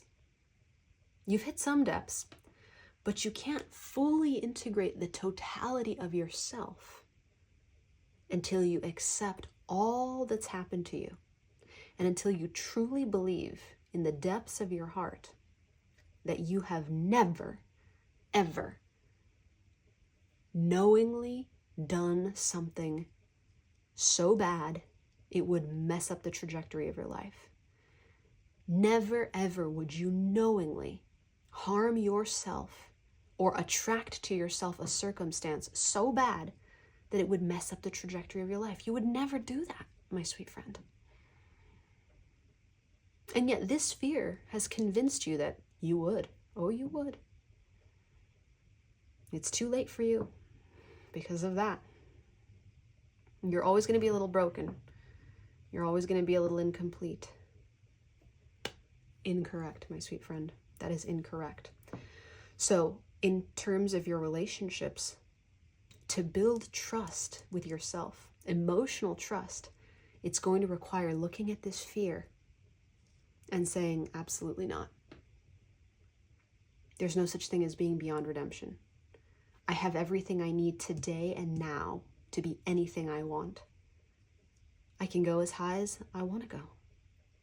I can catapult myself beyond. I don't need to fix my mess-ups. And there are no shortcomings built into me, especially of the physical variety. Now I'm starting to see physical attributes that my beautiful critic crew may believe holds them back. Well, I got a big nose. Oh, I don't like the way my face looks. My teeth. Or chronic sinus infections, for instance. Exhaustion. Disease. These don't just have to be emotional traumas, my sweet friend. This is about integrating all of your pieces and realizing that you were made beautifully and perfectly. And that the way you were made actually is a complement to your dreams and aspirations. It's the road to them. It's not a detour. When you transmute this fear, my sweet critic crew, your relationships will deepen, and you will begin to see in the people you know and love more self-reflection, more ownership, and more camaraderie and connection between you both. Because right now there is a wall of distance. It feels like you can't quite reach into the people in your life and grab them, and they can't quite reach into you. There are moments, but it's a tug and a pull. And when you get close, you get scared. And when they get close, they get scared. This fear is creating that distance. Now let's look at your creativity, my sweet friend. How is this fear of integration, this fear that you've messed something up, affecting your creativity?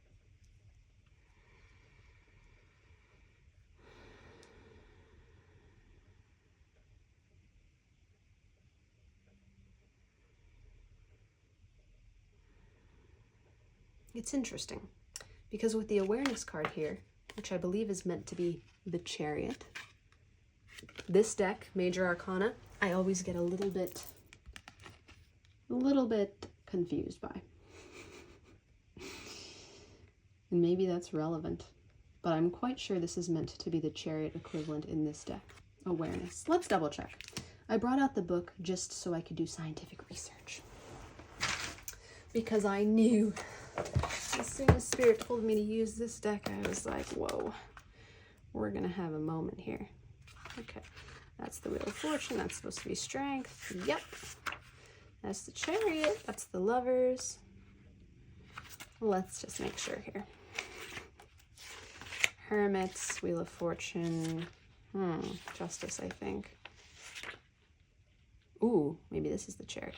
Oh, man. Now I can't be so sure. Okay. Scientific research is over. We'll just interpret it as it is. Thanks so much for bearing with me here. And if you know the answer, revolutionize my world and educate me, would you? Drop it down in the comments below. Is it the Chariot or is it what? I know I should have the major arcana numbers memorized, but let me tell you something. Numbers and me, we go way back, dearie, and not in a good way. Also, from deck to deck, authors tend to mix up their major arcanas, and it's very confusing for an instant soul like myself. Anyway, hopefully I can put a subtitle in or something and tell you what it is. But all this to say, we're going to interpret it for what it is, how it was created, and say, look, Seven of Wands, stress. Another really interesting rendition of this card in this deck. There's a defensiveness to the creativity. It no longer feels like it's coming from your emotional intelligence, which, if we were interpreting this as the Chariot is about balanced emotions leading to forward movement, integration of fire and water together.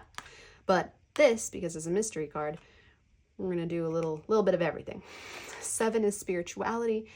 This shadow is more prominent than the face that's breaking through it, the face that's burning away through it. And because it's in reverse, it's telling me this, my sweet Critic Crew. It's telling me that you feel like you have to defend your projects, which you probably have a multitude of. If you're not a creative and you don't have like multiple projects at once, then this is related to work or to children or to the many aspects of your life, social life, work life, health, home. All of it's like being balanced, being juggled, but you're literally one monkey's poke away, according to this card, from it all collapsing. And it's related to this fear. This fear is telling you, you got to hold it all together and you got to hold it tight. You got to balance everything and you got to be hyper vigilant, because if you're not, just like it was in the past, something's going to come and fuck it all up for you. It's going to take from you. It's going to either cause you to make the wrong decision, misuse your intuition, land in the wrong relationship, be controlled, be abandoned. Like, there are any host of things. And I think this is all largely subconscious. I think you might believe you're a master multitasker. And I think the people in your life would say so too. Like, damn, Critic Crew's really got it together. And you do. You have it so together, in fact, that it's too much, beautiful soul. It's too much. And with this 10 of Wands here, called suppression, interestingly, you're on the brink of a burnout. Just on the brink. And maybe that's why you landed here. Your creativity isn't organically sprouting anymore. It's like being yanked out of the earth. It's almost like pulling a tree or pulling a plant out before the roots have fully rooted. It's like you're harvesting prematurely somehow. There's a level of speed here that's unhealthy. There's a level of rushing that's preventing you and whatever aspects of your life or creativity is represented here from growing deep and getting really grounded. And this fear is the catalyst to that. This fear says, don't wait. Don't hesitate. Just keep hurrying along. And while you're at it, don't think about resting either. Keep moving, keep moving, keep moving. This is not an energy that gets a lot of sleep. This is not an energy that gets a lot of rest. This is an energy that feels like if it stops and tunes in, it has to be for the very specific purpose of some kind of spiritual, active introspection, or we don't stop. We just keep going. In terms of your stability, a beautiful, beautiful Critic Crew. Check it out.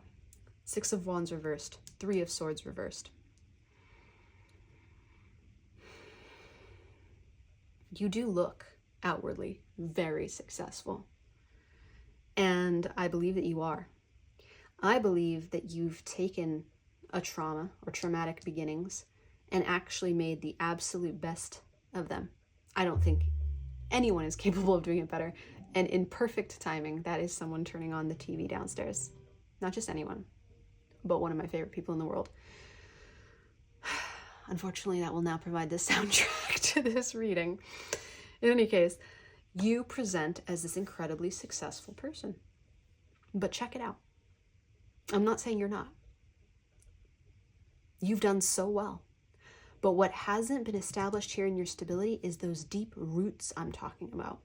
Because there's too much of a focus on getting away from pain, steering away from something that could hurt, steering away from a wound.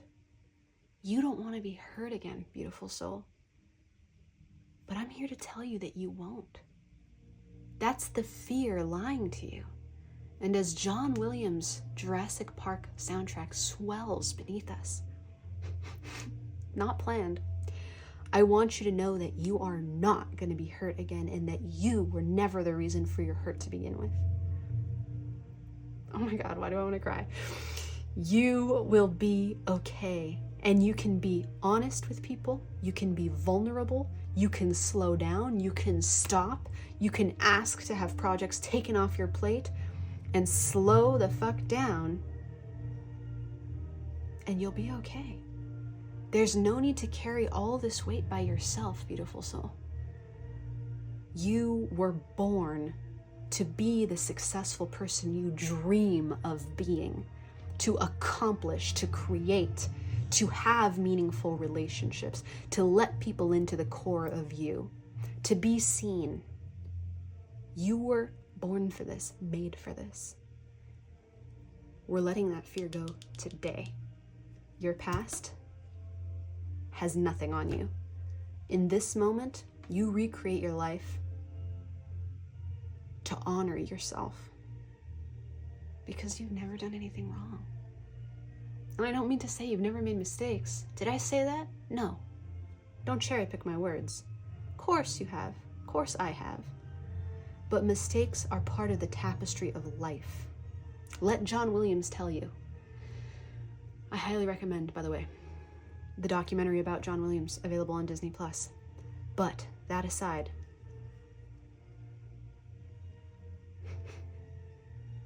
you're beautiful. And you're going to be okay. But it's time to stop juggling and balancing it all by yourself and stop believing the lie that if you don't prevent future pain, you'll be re-traumatized, re-hurt, or re-controlled, or you'll make the same mistakes that you made in the past. Because you won't. You don't have to cling to the lessons of the past to prevent the pains of the future. You're allowed to just live. And you're worthy of that, my sweet friend. Let's check out your oracles.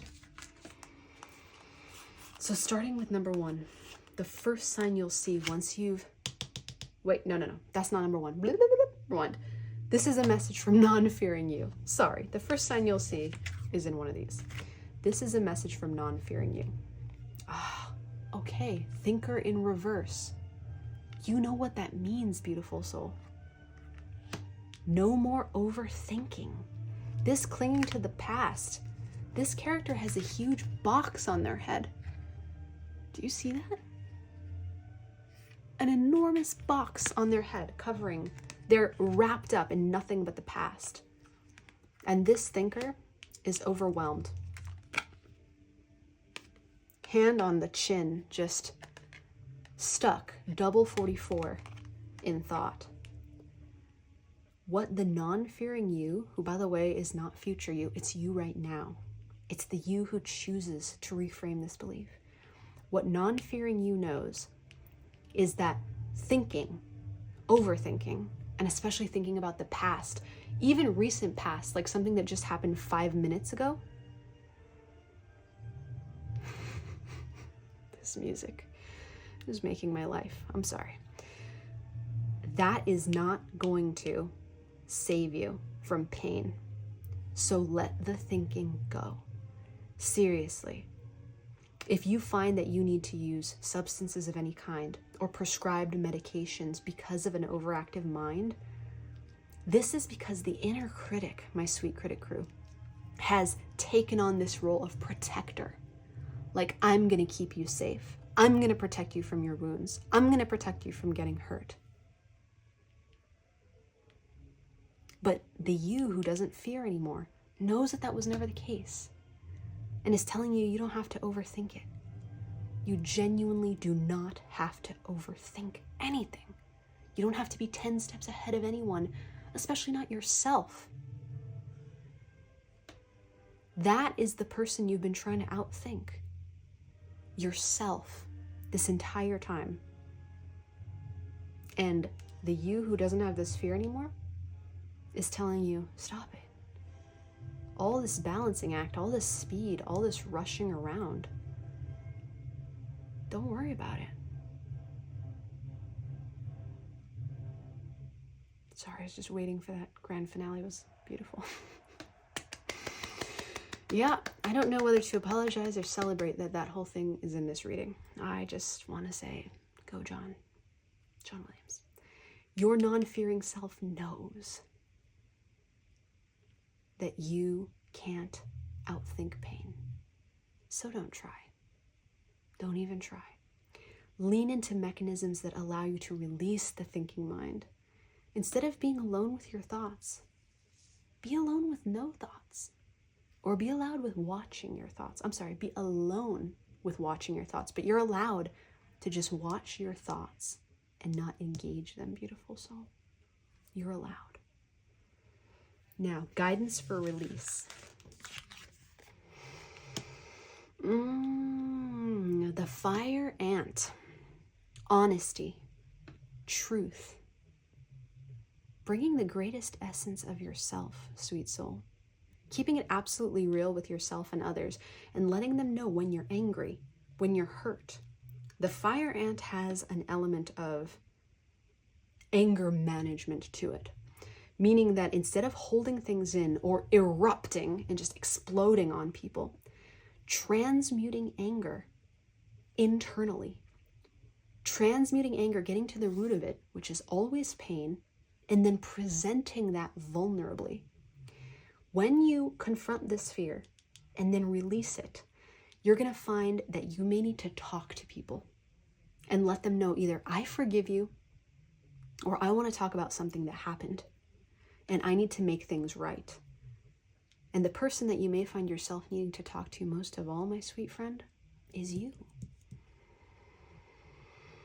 You may find that you are the one who you need to confront and talk it out with. Maybe with the help of a therapist, maybe with the help of a friend, the help of a mediator. And look at where you blame yourself aggressively. Look at where you actually have anger toward yourself. Because this grief from the past is something you're living with rather unconsciously, my sweet friend. You may even say, oh, I know that my caregiver did me wrong. Oh, I know that somebody else wronged me. But underneath it all, the anger and pain of that is being directed at yourself. So to release this fear, we need to make an ally out of you. But that might start with a little bit of a boxing match with yourself, a loving boxing match, in which you get down and dirty and find out what is hiding under the surface here that really points you at yourself as the enemy. That's going to be one of the greatest keys to your release of this fear. Now, let's look at your future. This is the first sign you'll see once you've released this fear. That's what we almost started with. Here it is right now. But by the way, this card is true too. You're going to see a lot less focus on thinking when you release this. A lot more focus on feeling and judging value off of the way something feels to you. Not the way you think it makes you feel, not the way you think others will think about you. It's going to be truly based, every decision you make, every breath you take, is truly going to be based on your feelings over your thoughts. Look at this. A new start is coming, new moon, a brand new life for you. New starts everywhere, my sweet friend. The first thing you're going to see when you release this,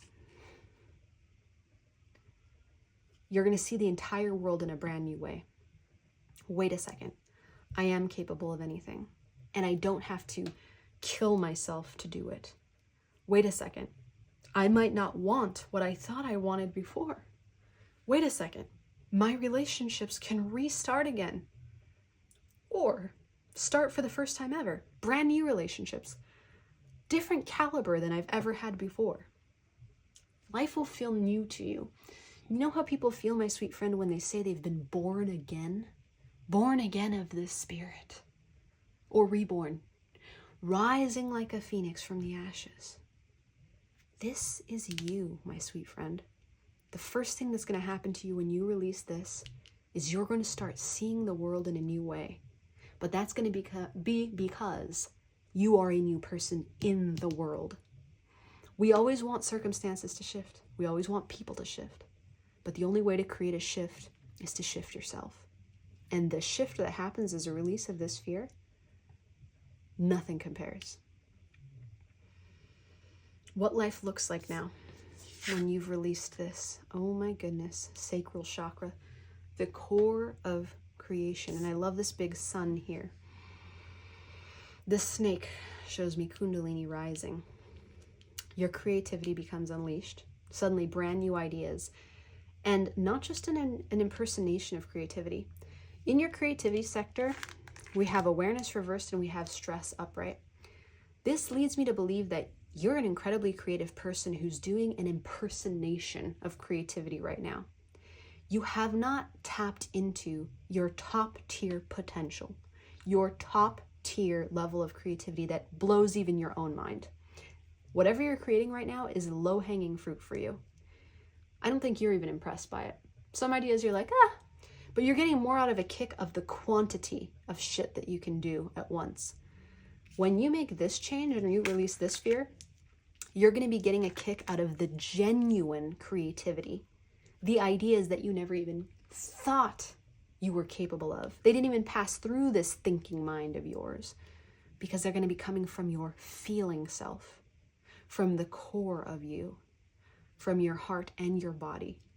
For so long, you've been living as a mind, primarily. You have a heart. It's beautiful and it's big. But you let that critic rule. When you let go of this fear, your critic softens so much. And suddenly, with that, comes all this creation, true creation. Not just cleverness. There's a difference between being clever and being creative. And finally, what doors open for you, my sweet friend? The androgen. Well, the androgen.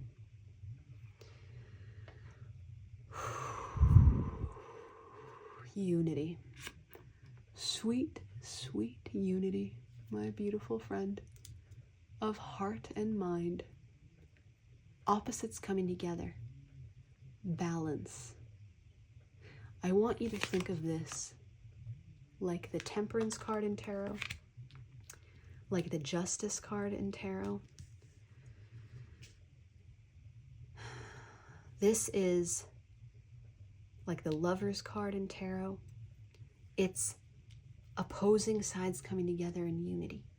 This is what I was talking about with integration. The doors that open are opportunities to harmonize, to have a life that balances itself out very naturally, not a life that suppresses or depletes you. Right now, you've got all this success going on, or even if you don't, you present as successful. Of course, we know the truth. We always do. I think you're a success always, by the way.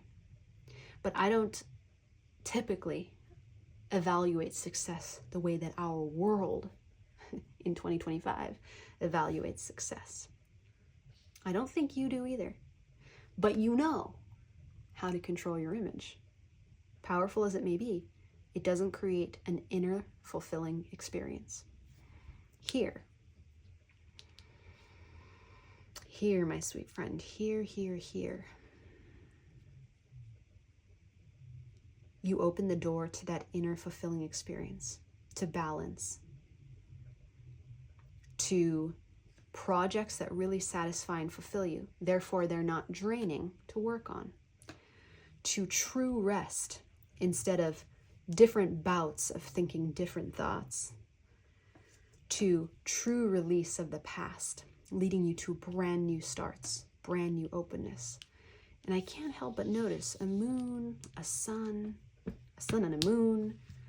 This is the balancing of your inner energies. This is the art of turning you into a whole. Do you know how powerful that is, my sweet friend? You, my sweet Critic Crew, you're one hair's breadth away from mastery, true mastery. If you can simply release the fear that you're flawed, that you'll always be flawed, and that your past is the reason why. Fuck that. You're a master. You were born perfect. You were given the circumstances you needed to become the master that you are. And when you pour love into yourself, like John Williams poured into the Jurassic Park soundtrack, you will feel that mastery in every cell of your being. You'll live it. You'll be it. And that's all there is to it. So go forth, my love. Transmute. Come back and let me know when you've blown it wide open. Because the new starts you're going to see, you won't be able to miss. And FYI, they're not going to start slow either. This is not like one of those slow things. The way you move is like fire. You're ready to burn. You're ready to transmute. You're ready to be done with the anger and the frustration you've been carrying. So let's do it. Let it rip, my sweet friend. Until we meet again, I am sending you all of the love that I've got. It is always more, and it is never less. Because you, beloved, my sweet Critic Crew, you are so very worthy of it. Bye for now. Holy smorgasbord. If you just made it through, that was the most chaotic reading of my life, my sweet Critic Crew. And you made it all the way to the end. I love you for that. If you loved it or liked it or just want to say, well, Amanda, you tried, please throw a like on this video. And if you really did love it, then this is your tribe, baby. Hit the subscribe button and come back again and again and again and again to the Little Reader's House, where I love to have you. I'm wishing you a beautiful rest of your day or night. Bye for now, my sweet Critic Crew. Hello, my beautiful Relics Crew, and welcome to your reading. Woo! I just got the camera shaken just for you out of excitement. You're reading on You Can Do Anything When You Get Over This Fear. First thing we want to be aware of as I set your talisman card right off to the side is how you're responding to age in your daily life. Relics have a strong relationship to time. So the question that I would ask you to pay attention to as you move forward today, tomorrow, and as long as this stays relevant in your mind is, what's your relationship with age and time like? Do you consider yourself to be a relic? Do you consider the laws where you live to be relics? Do you consider your dreams to be relic, my sweet friend, to be old, to be outdated? And how might that connect to fear? On the other hand, what can you bring back from the past? What was a relic, a strong idea once, as it's written on this card, that might be a strong idea again now? What I'm feeling energetically from you is that at some point you may have put ideas down, hopes down, dreams down, because you thought you'd timed out on them. They're too old or they took too long to manifest. And what Spirit's already trying to tell you right here and now is, no, my love. No, you can't expire. Nothing about you ages out. Nothing about you becomes irrelevant because it took too long. That would be a lie. Another thing, my sweet friend, as we shuffle your deck here, the beautiful Antique Anatomy Tarot, is that you are so very worthy of love. Always more and never less. So please, let that sink into your beautiful heart as another takeaway for you to reflect on the coming days, weeks, and months. You are so very worthy of love, beautiful. Always more, never less. So, here we go.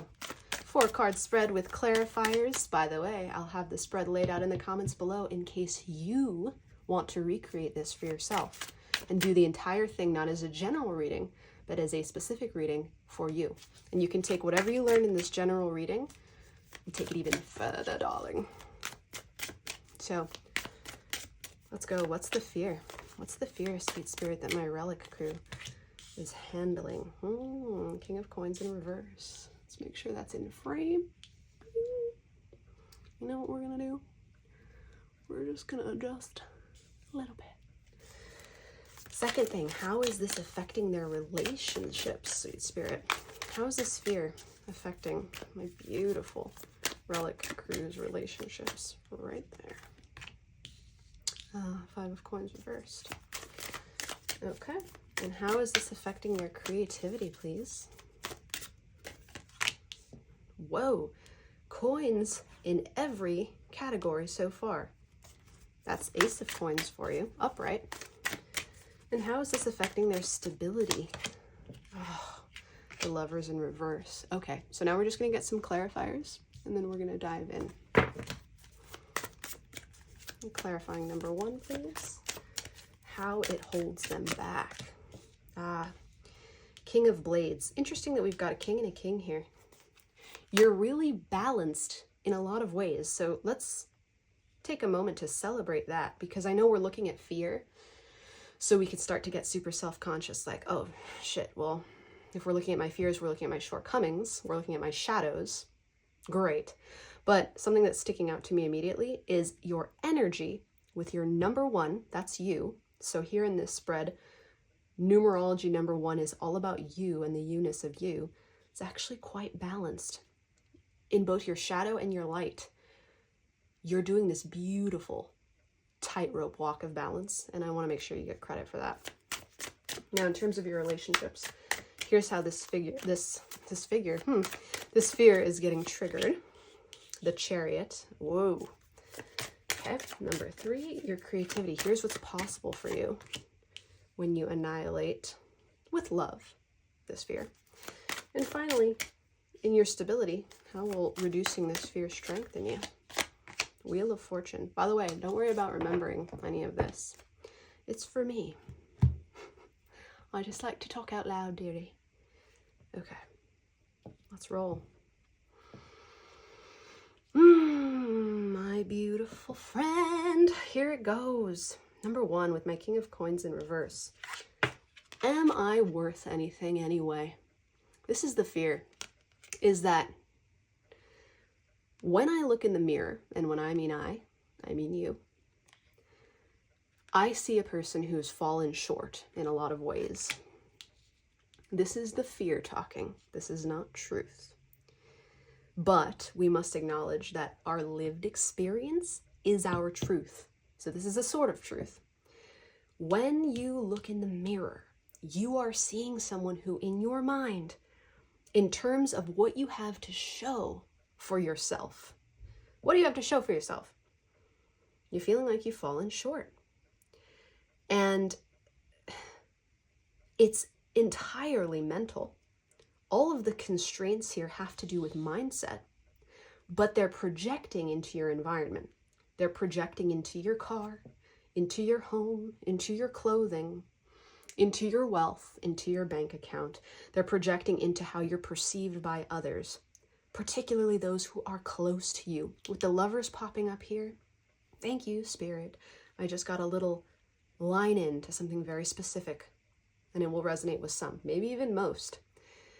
particularly with how the people who you look up to most in your life and who you're closest to, and I'm looking at romantic partners too, what do they think of me? If you don't have one yet and you want one, it's what will they think of me? What will they think of me? Because I just don't think I'm cutting it, and I don't think I can earn. I don't think I can support. I don't think I can give the stability. I just don't think I can create an empire. And this fear may not even be fully realized that consciously. You might say to me, little reader, I'm a spiritualist, darling. I'm not materialistic at all. I don't think about my empire. To which I would say, please, let's get real. Can we just get real quick? Of course you do. Of course you do. You live in the third dimension. You live in a material world. You're a material human being living in a material body. You're in a material world, baby. So this fear is telling you that you're not enough. It's telling you you could never earn enough. It's telling you you could never be enough. But what it all is at the root is limiting beliefs. And the way it's stopping you is it circumvents your progress. I was going to say your projects and your progress before you even get started. So it cuts you off. You don't have the ability to move forward. Interesting. King and Queen of Blades here. That's our King and Queen of Swords in this deck. Both upright. This is all about developing love for yourself in your own mind, my sweet friend. Can you develop love for yourself in your own mind? Because if you can change your mind and start replacing these beliefs with new mantras like, I can create a stable, successful, abundant life for myself and for those I love. If you can start thinking like this, and spoiler alert, we have a long way to go in this reading, but if you want to click out now, you can. If you can start thinking like this, your work here is done, baby. It's all over. This is the fear that comes from your ancestors. It comes from your genetic line, and not just your genetic line. If you were adopted or you have non-related caregivers, same thing applies. It's all karmic, who we end up with and how we end up with them. So you've inherited this belief that you cannot have abundance, you cannot have wealth, you cannot have success, you cannot create stability for yourself or others. And that is meant to stop with you. The buck stops here, baby, as they say. Let's look at how it's affecting your relationships. So here, and the way this particular spread is calibrated, for those who are going to follow along and do it themselves, is it's all numerological. Individual, relationship, creativity, stability. A fun way to create spreads if that's something you're doing on your free time. In relationships, it's all about lack, and it's all about not being able to move forward. So the way this fear begins to bleed into it is, they're going to leave me if it's a partner we're worried about. Or I'll never be able to provide enough for people financially. If, and I think only a couple of you will be in this boat, but really if you're not having financial struggles or you're not worried about your ability to build an empire, this is not your energy, beloved. This is really material with all these pentacles here. If you are worried about your spiritual resources, for instance, you might be projecting what are actually material blocks in your root chakra, your sacral chakra, your solar plexus chakra, onto your higher chakras. And I'm seeing that with the coloring here. You might be thinking, I don't have good enough boundaries. I don't speak up enough. I can't discern what's best for me enough. I can't connect to the divine enough to get the ideas that will give me the energy or the ability to align with more success, to align with more wealth. Here's what I want you to know. For the first time ever, it's not really about that. Your third eye is great. Your throat chakra is fantastic. You've got all the connections to the divine.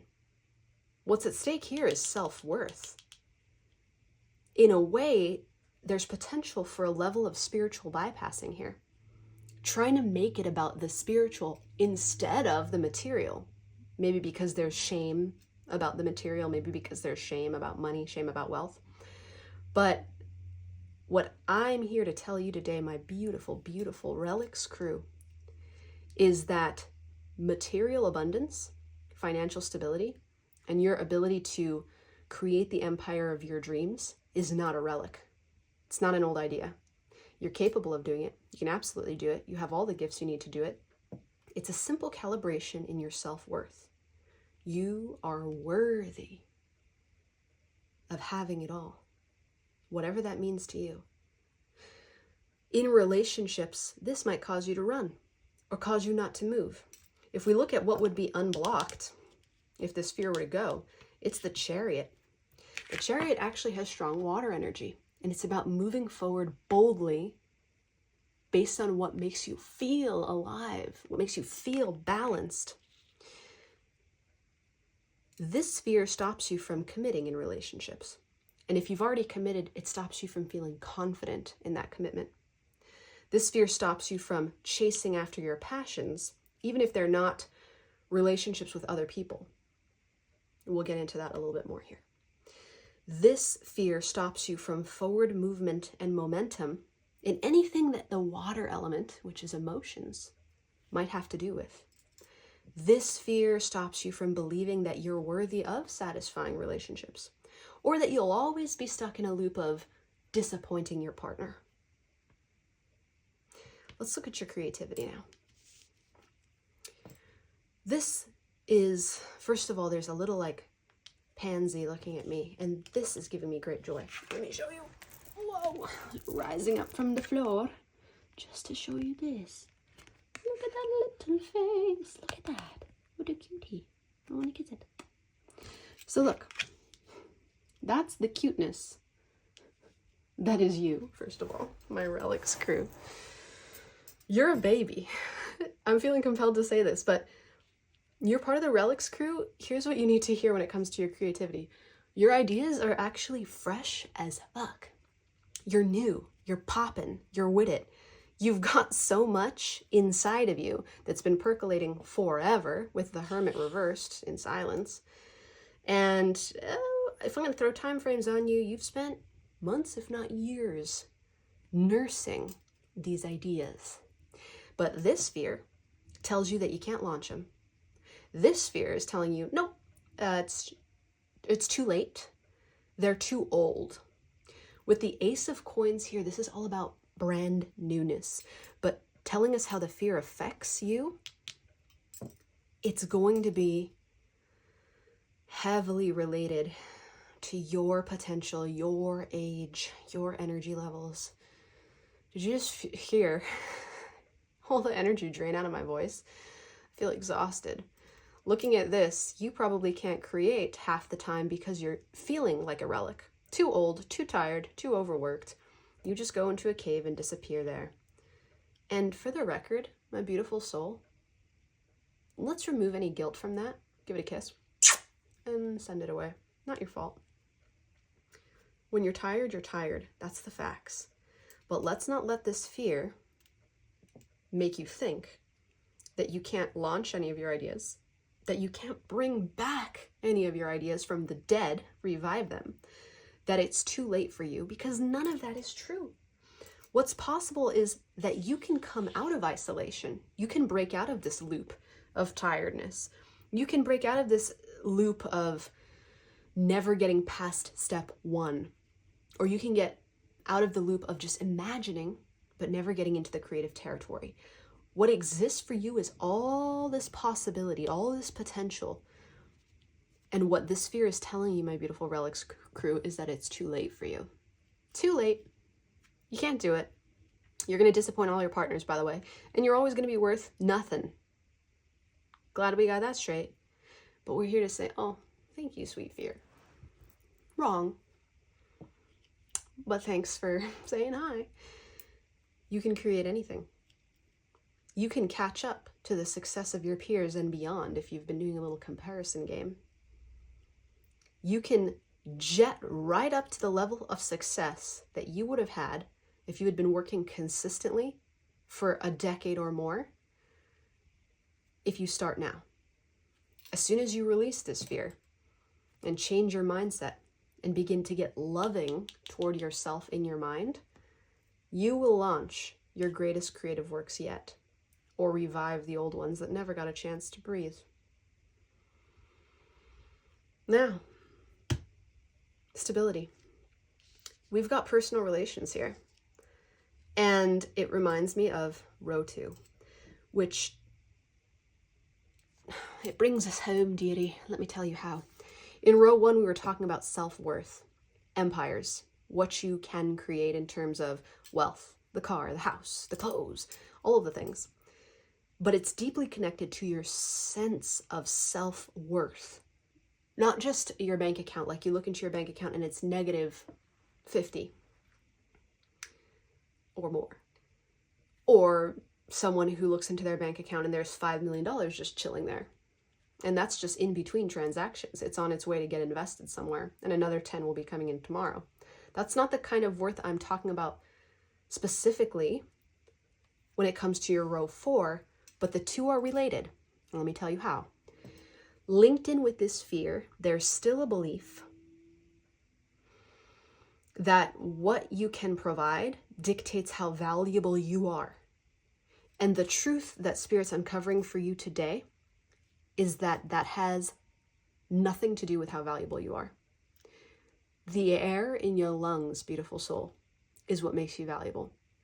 The divine breathed life into you, that makes you valuable. That makes you so valuable, in fact, that the planet would not be complete without you. It would not be able to function or run without you. If you were to be taken off this planet, the entire earth would fall apart. That's why you had to be created to exist here. So your worth and your value is off the charts. We can't calculate it. There's no number we can ascribe to it. You need to understand that in order to create this stability in your partnerships, in your decision making, and in your worth as a whole. Because what's happening is this mindset that your value is connected to material things is causing you to be indecisive and unlucky. And what happens when you're indecisive and unlucky is that your relationships suck. Your life sucks. Everything sucks, to be poetic about it, to be super professional. Yeah. So look at this, baby. On the surface, it's questions about your financial worth and your ability to create an empire. You can do that, and those are valuable and valid things to think about.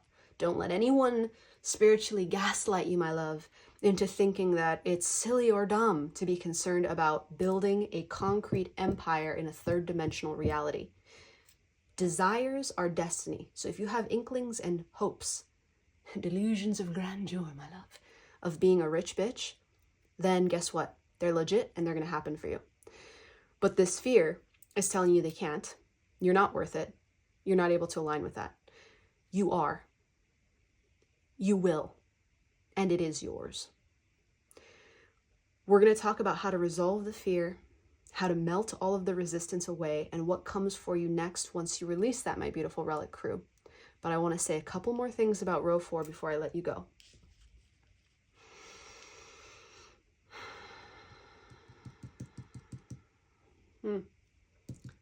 Timing. Urgency and timing. So, this Wheel of Fortune reminds me of a clock. And there's a clock ticking very audibly in this room right now. I feel a sense of urgency to get your stability right. So here's what I want to tell you. You're worth prioritizing, beautiful soul. My sweet Relic Crew. Spirit is gently encouraging you today to make this your number 1 priority. Self-worth, self-love. And you may attack this however you want. We'll get more specific advice. I have the cards already pulled right over here in a second. But there's a timing thing going on for you here. And the best way that I can frame it is to say that this is your time. It's nobody else's time. And if you find yourself in a situation with either a partner or family or a roommate or a cousin or a friend who is trying to draw your resources away or urge you onto an agenda or a path that's not your own, just to be practical, just to solve problems, just to fix you, it's time to gently say no. Because your stability, your mental health, your physical health, and your spiritual health are really relying on you being self-focused right now, self-loving right now, prioritizing the things that make you feel alive and inspired, even if they don't make you any money. Little ways that remind you that you are so worthy of love. So another message that's coming in here with stability is to please understand the time is now and the time is yours. It can't be put off anymore. That's a loving thing for you. Treat it with a sense of urgency, my love, because you are urgently worth the universe. You are urgently valuable. You are urgently important. Don't let yourself be locked in a corner or passed over because you didn't get loud enough about advocating for yourself. Please get loud. Your stability, when you transmute this fear, my beautiful Relic Crew, is going to come roaring back with confident decision making and feeling like luck is on your side for the first time in a long time. But it's all going to get back to right here, number one, changing your mind to believe that you are worthy of an empire and worthy of love and worthy of all good things simply because you exist and simply because you want it. And that's enough. Now, let's bring the oracle cards on deck. We've got quite a few. Wow, and they're slipping and sliding. So they all mean something. Of course they do. Our first one is yourself talking to you. It's yourself who just transmuted the fear. They're literally right next to you. So a spiritual principle that's worth enjoying here is that every version of you that there's ever been or ever will be exists in simultaneity with you, my love, and you can talk to them at any time. So let's see what you who just transmuted this fear has to say. Co-creation in the reverse. Check it out. So, beloved, it's an affirmation of what we just discussed. The time to co-create will come. The time to play nicely with others is going to happen for you, but that time is not right now. Let us, and look, it's number 4 again. If we reduce 40 with numerology, we can see it boils down to number 4, stability. It's our 4th row talking to us again. The time to co-create is going to come, and you'll know it when it does. Please don't worry about it. But right now your energy is being leached because you're trying to please everybody else, and you're trying to get love and get affirmation so that you can love yourself enough to do what you want and need to do. But it's kind of working backwards. You're trying to get people's affirmation, love, and support so that you feel worthy of going after what you want. Let me reframe that for you, darling. Start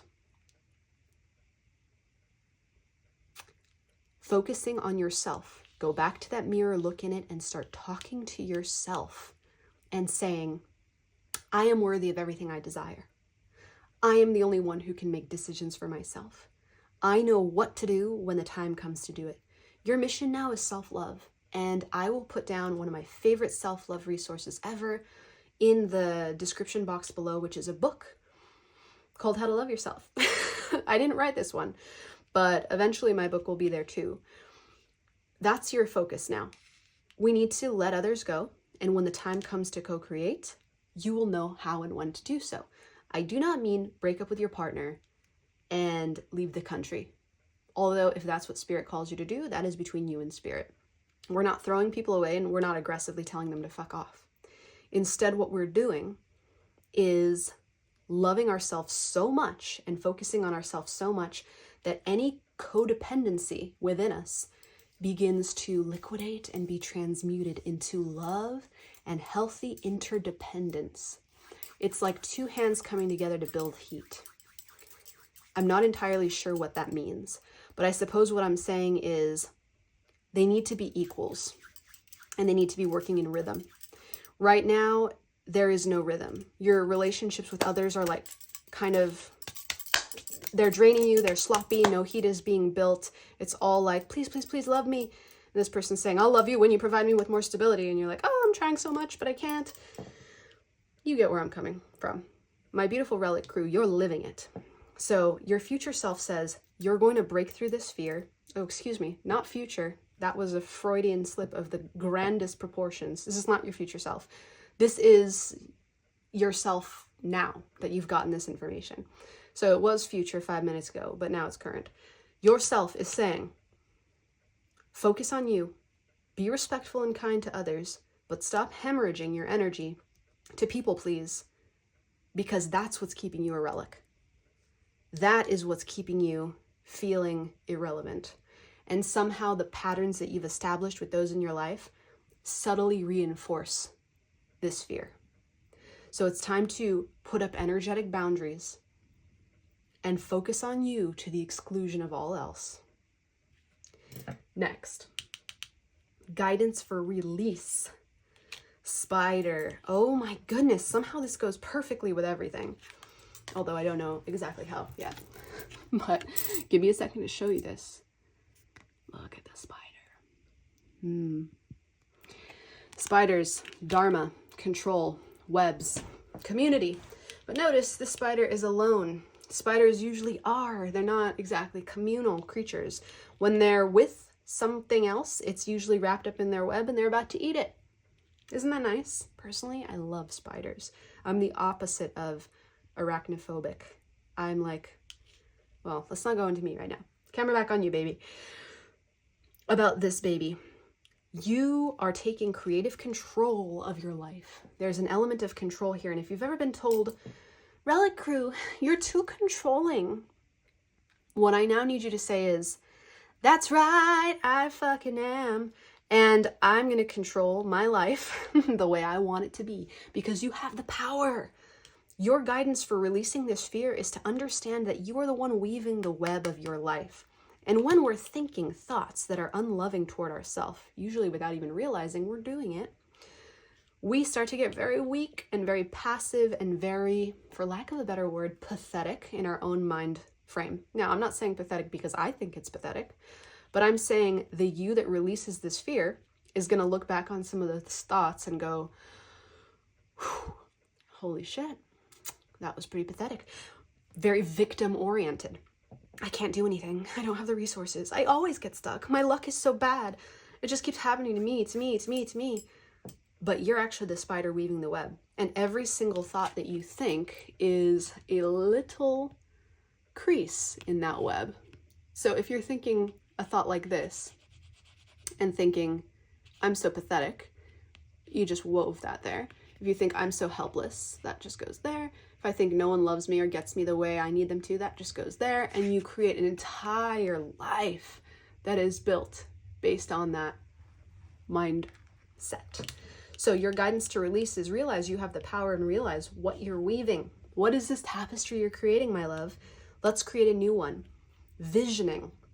Write down on a piece of paper 5 things that you want for yourself. It doesn't matter why. We don't need to psychoanalyze it and say, well, you know, I'd like a new car, but that's so superficial. Let's take that off the list. Incorrect, my love. If you want a new car, you write down shiny, brand new car that loses value as soon as I drive it off the lot. And guess what? I don't give a damn. That's what I want. And then find the belief in you that says you're not worthy of that car. And then rewrite that belief and start to say it in the morning when you wake up. I'm worthy of everything I desire. My desires are my destiny. Your job, beautiful soul, here and now, with urgency. I feel like I have a sword in my hand and I'm pling, cutting through some bullshit right now. That's your job. Be like the sword. Be swift. Rewrite your mind to understand that you're inherently worthy, and the longer you bask in confusion, the more time you waste in getting to live the beautiful life that's yours to live. The beautiful life that's calling you. The life of abundance and stability. And one little other thing that's coming in here is this. Sometimes we're afraid, and I think you, my beautiful Relic Crew, can relate to this, just like I myself can, that once we have all the stability we could want, whether that's financial, material, mental, emotional, we might not actually want to be around the people we're around anymore. We might not actually want to even be in the same city or in the same environment or with the same partner that we're with right now. And guess what? That's actually okay. That means you can already see a version of yourself that's true, that exists within you. But there are some values that are discordant between where you are and where they are. The current you stays in relationship out of loneliness. The future you isn't lonely, so that relationship wouldn't apply. And you can already kind of see that. That's okay. Instead of judge yourself for the fact that future empowered you is a little bit different than present you, allow both of them to coexist and love one another. Let the you that's already achieved all you hope to achieve give you advice and love. And in turn, you ask that self questions. You inquire upon that self about where you can go, why, how, when. And you reframe your values. Your current values may be stuff you've never even looked into. I have a podcast, and one episode is specifically about values. I'll link that down below if you're interested in watching it. It's calibrated specifically for men, but it applies to all human beings. Values guide your life and they guide your trajectory. Don't worry if your future values look different than your present values. It's going to be a natural, organic unfolding to get there. And if you do experience codependency at all, please understand this. Everyone is going to be able to take care of themselves, ultimately. And if you are with somebody else out of guilt or obligation, or because you have a relic of a past together, fear not. Their journey is their own, your journey is your own. And actually the best thing you can do for every other human being on this planet, whether it's your partner, your children, your family, your friends, is to live a life that is full of love, beginning with love for yourself. That sets the example for everybody. And ultimately, that's what inspires. So make a note of that, darling. Now, onto this beautiful Moonology card. This is the first sign you'll see once you've, wait a second, 1, 2, 3. Yeah, sorry, I'm looking over this paper and I got a little bit confused. The first sign you'll see, yeah, once you've released this fear. Conclusions are within reach. A full moon eclipse? Damn. You know that's intense, right? Almost as intense as a fiery climax approaches if you're familiar with this deck. But I always associate those two cards with one another. Conclusions are within reach. End of tough situations is the first thing you're going to see when this fear has been transmuted. And you're, for the record, already transmuting it just by being here in this space. So you will suddenly realize, wait, I can get a new job or another job. Wait, I can leave this relationship or close out the ongoing conflict that has been going on between us forever. Wait, I can start a new chapter. This is very much like the World card, but in a situation where, the World card in tarot, if you're familiar, but this is like you've been in a situation with the world reversed. You've been stuck, unable to close a cycle for a really long amount of time. You'll close it. That's the first thing you're going to see, is cycles begin to close. Arguments are over. Suddenly you're comfortable taking more initiative. But I don't see you running into the arms of anybody, in case that was something you were thinking. I'm going to be very real with you right now. I don't see you running into someone's arms or suddenly... What's a great way to say this? Suddenly experiencing perfect harmony in all of your relationships. Because in truth, my sweet friend, I see a lot of your relationships timing out as a result of this personal journey. You're on a very solo journey right now. It's going to come to an end in a lot of ways, but something that I see ending here are also a lot of old friendships and a lot of old dynamics. And that doesn't mean that all the friends and all the family and all the people you love are just going to disappear. Please don't worry. It just means the you that you used to be in order to maintain those has shifted. And that is going to be nothing but a blessing for you, my love. What life is going to look like as a result of transmuting this fear? Healing, baby. Healing. What life is going to look like? It's going to look like it feels good all of a sudden.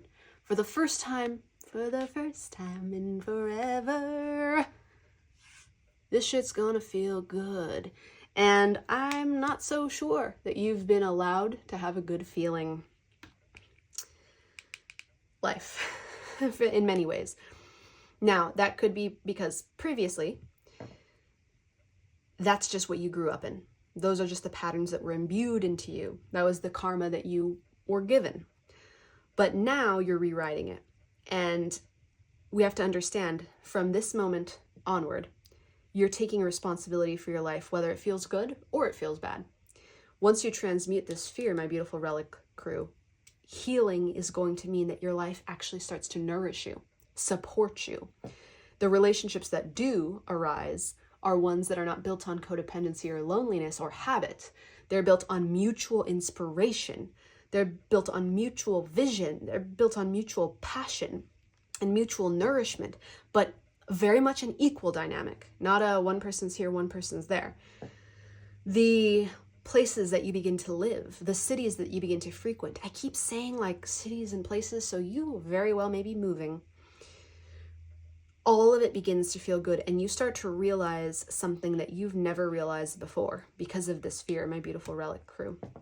You begin to realize that life actually has the potential to feel like love and like it's working for you and not against you. And whether you know it consciously or not, you've been holding on to an idea for a really long time that life was meant to work against you. And it just wasn't. Finally, my love, what doors open for you that have been previously closed? Oh, I can see clearly now, the rain is gone. I can see all obstacles in my way. I don't know if that's how it goes exactly. But in any case, you get clear sight with glass, speculum. Doors that open as a result of clarity. And check it out. We were talking about how indecision and lack of clarity were haunting you, especially affecting your stability when it comes to this fear. No more. Imagine what it would be like, my beautiful Relics Crew, for you to wake up in the morning, open your eyes, and clearly know what you want to happen to you. Know what you want to create and know what you want to be. Not just because you think you're supposed to, or because you had a conversation with your partner and that's what you agreed on last night. I'm talking about intrinsic. I'm talking about it comes from inside of you. And that's something you're going to be feeling for the very first time as a result of releasing this fear. Like you know what you want, who you are, and how you're going to get there. With that, my sweet and beautiful friend, my gorgeous Relics Crew, I don't know where I was going with that. I encourage you. I celebrate you. I uplift you on this journey because you are a fucking badass. And I look at you and I see someone who's never lived. They've never felt the goodness of life before, and you're about to. As you transmute this, you're going to go forth and decide in your daily life, You know what's really a relic? The way that I used to think. But from now on, I choose to think differently. I'm the masterful creator of my life. I install the software that runs this experience, and I'm choosing to install loving thoughts, self-worth, healthy interdependence, brand new unexpected creativity rather than just errant imaginings in my loneliness, and decisive, lucky breaks every day for the rest of my life. That's your future, my beloved, and I am so here for it. Until we meet again, I am sending you all of the love that I've got. Guess what? It's always more. It's never less. Because you, my sweet friend, you are so very worthy of it. Bye for now. Oh, one more thing before you go there, my sweet Relics crew. If you loved what you felt and saw and heard here today, please join the fam. Drop a like on this video, subscribe so you can always be in the house, and if you like, put a comment down there that I can read and send some love to. Love to interact with you and know what you're up to and where you're headed. Until we meet again, bye for now.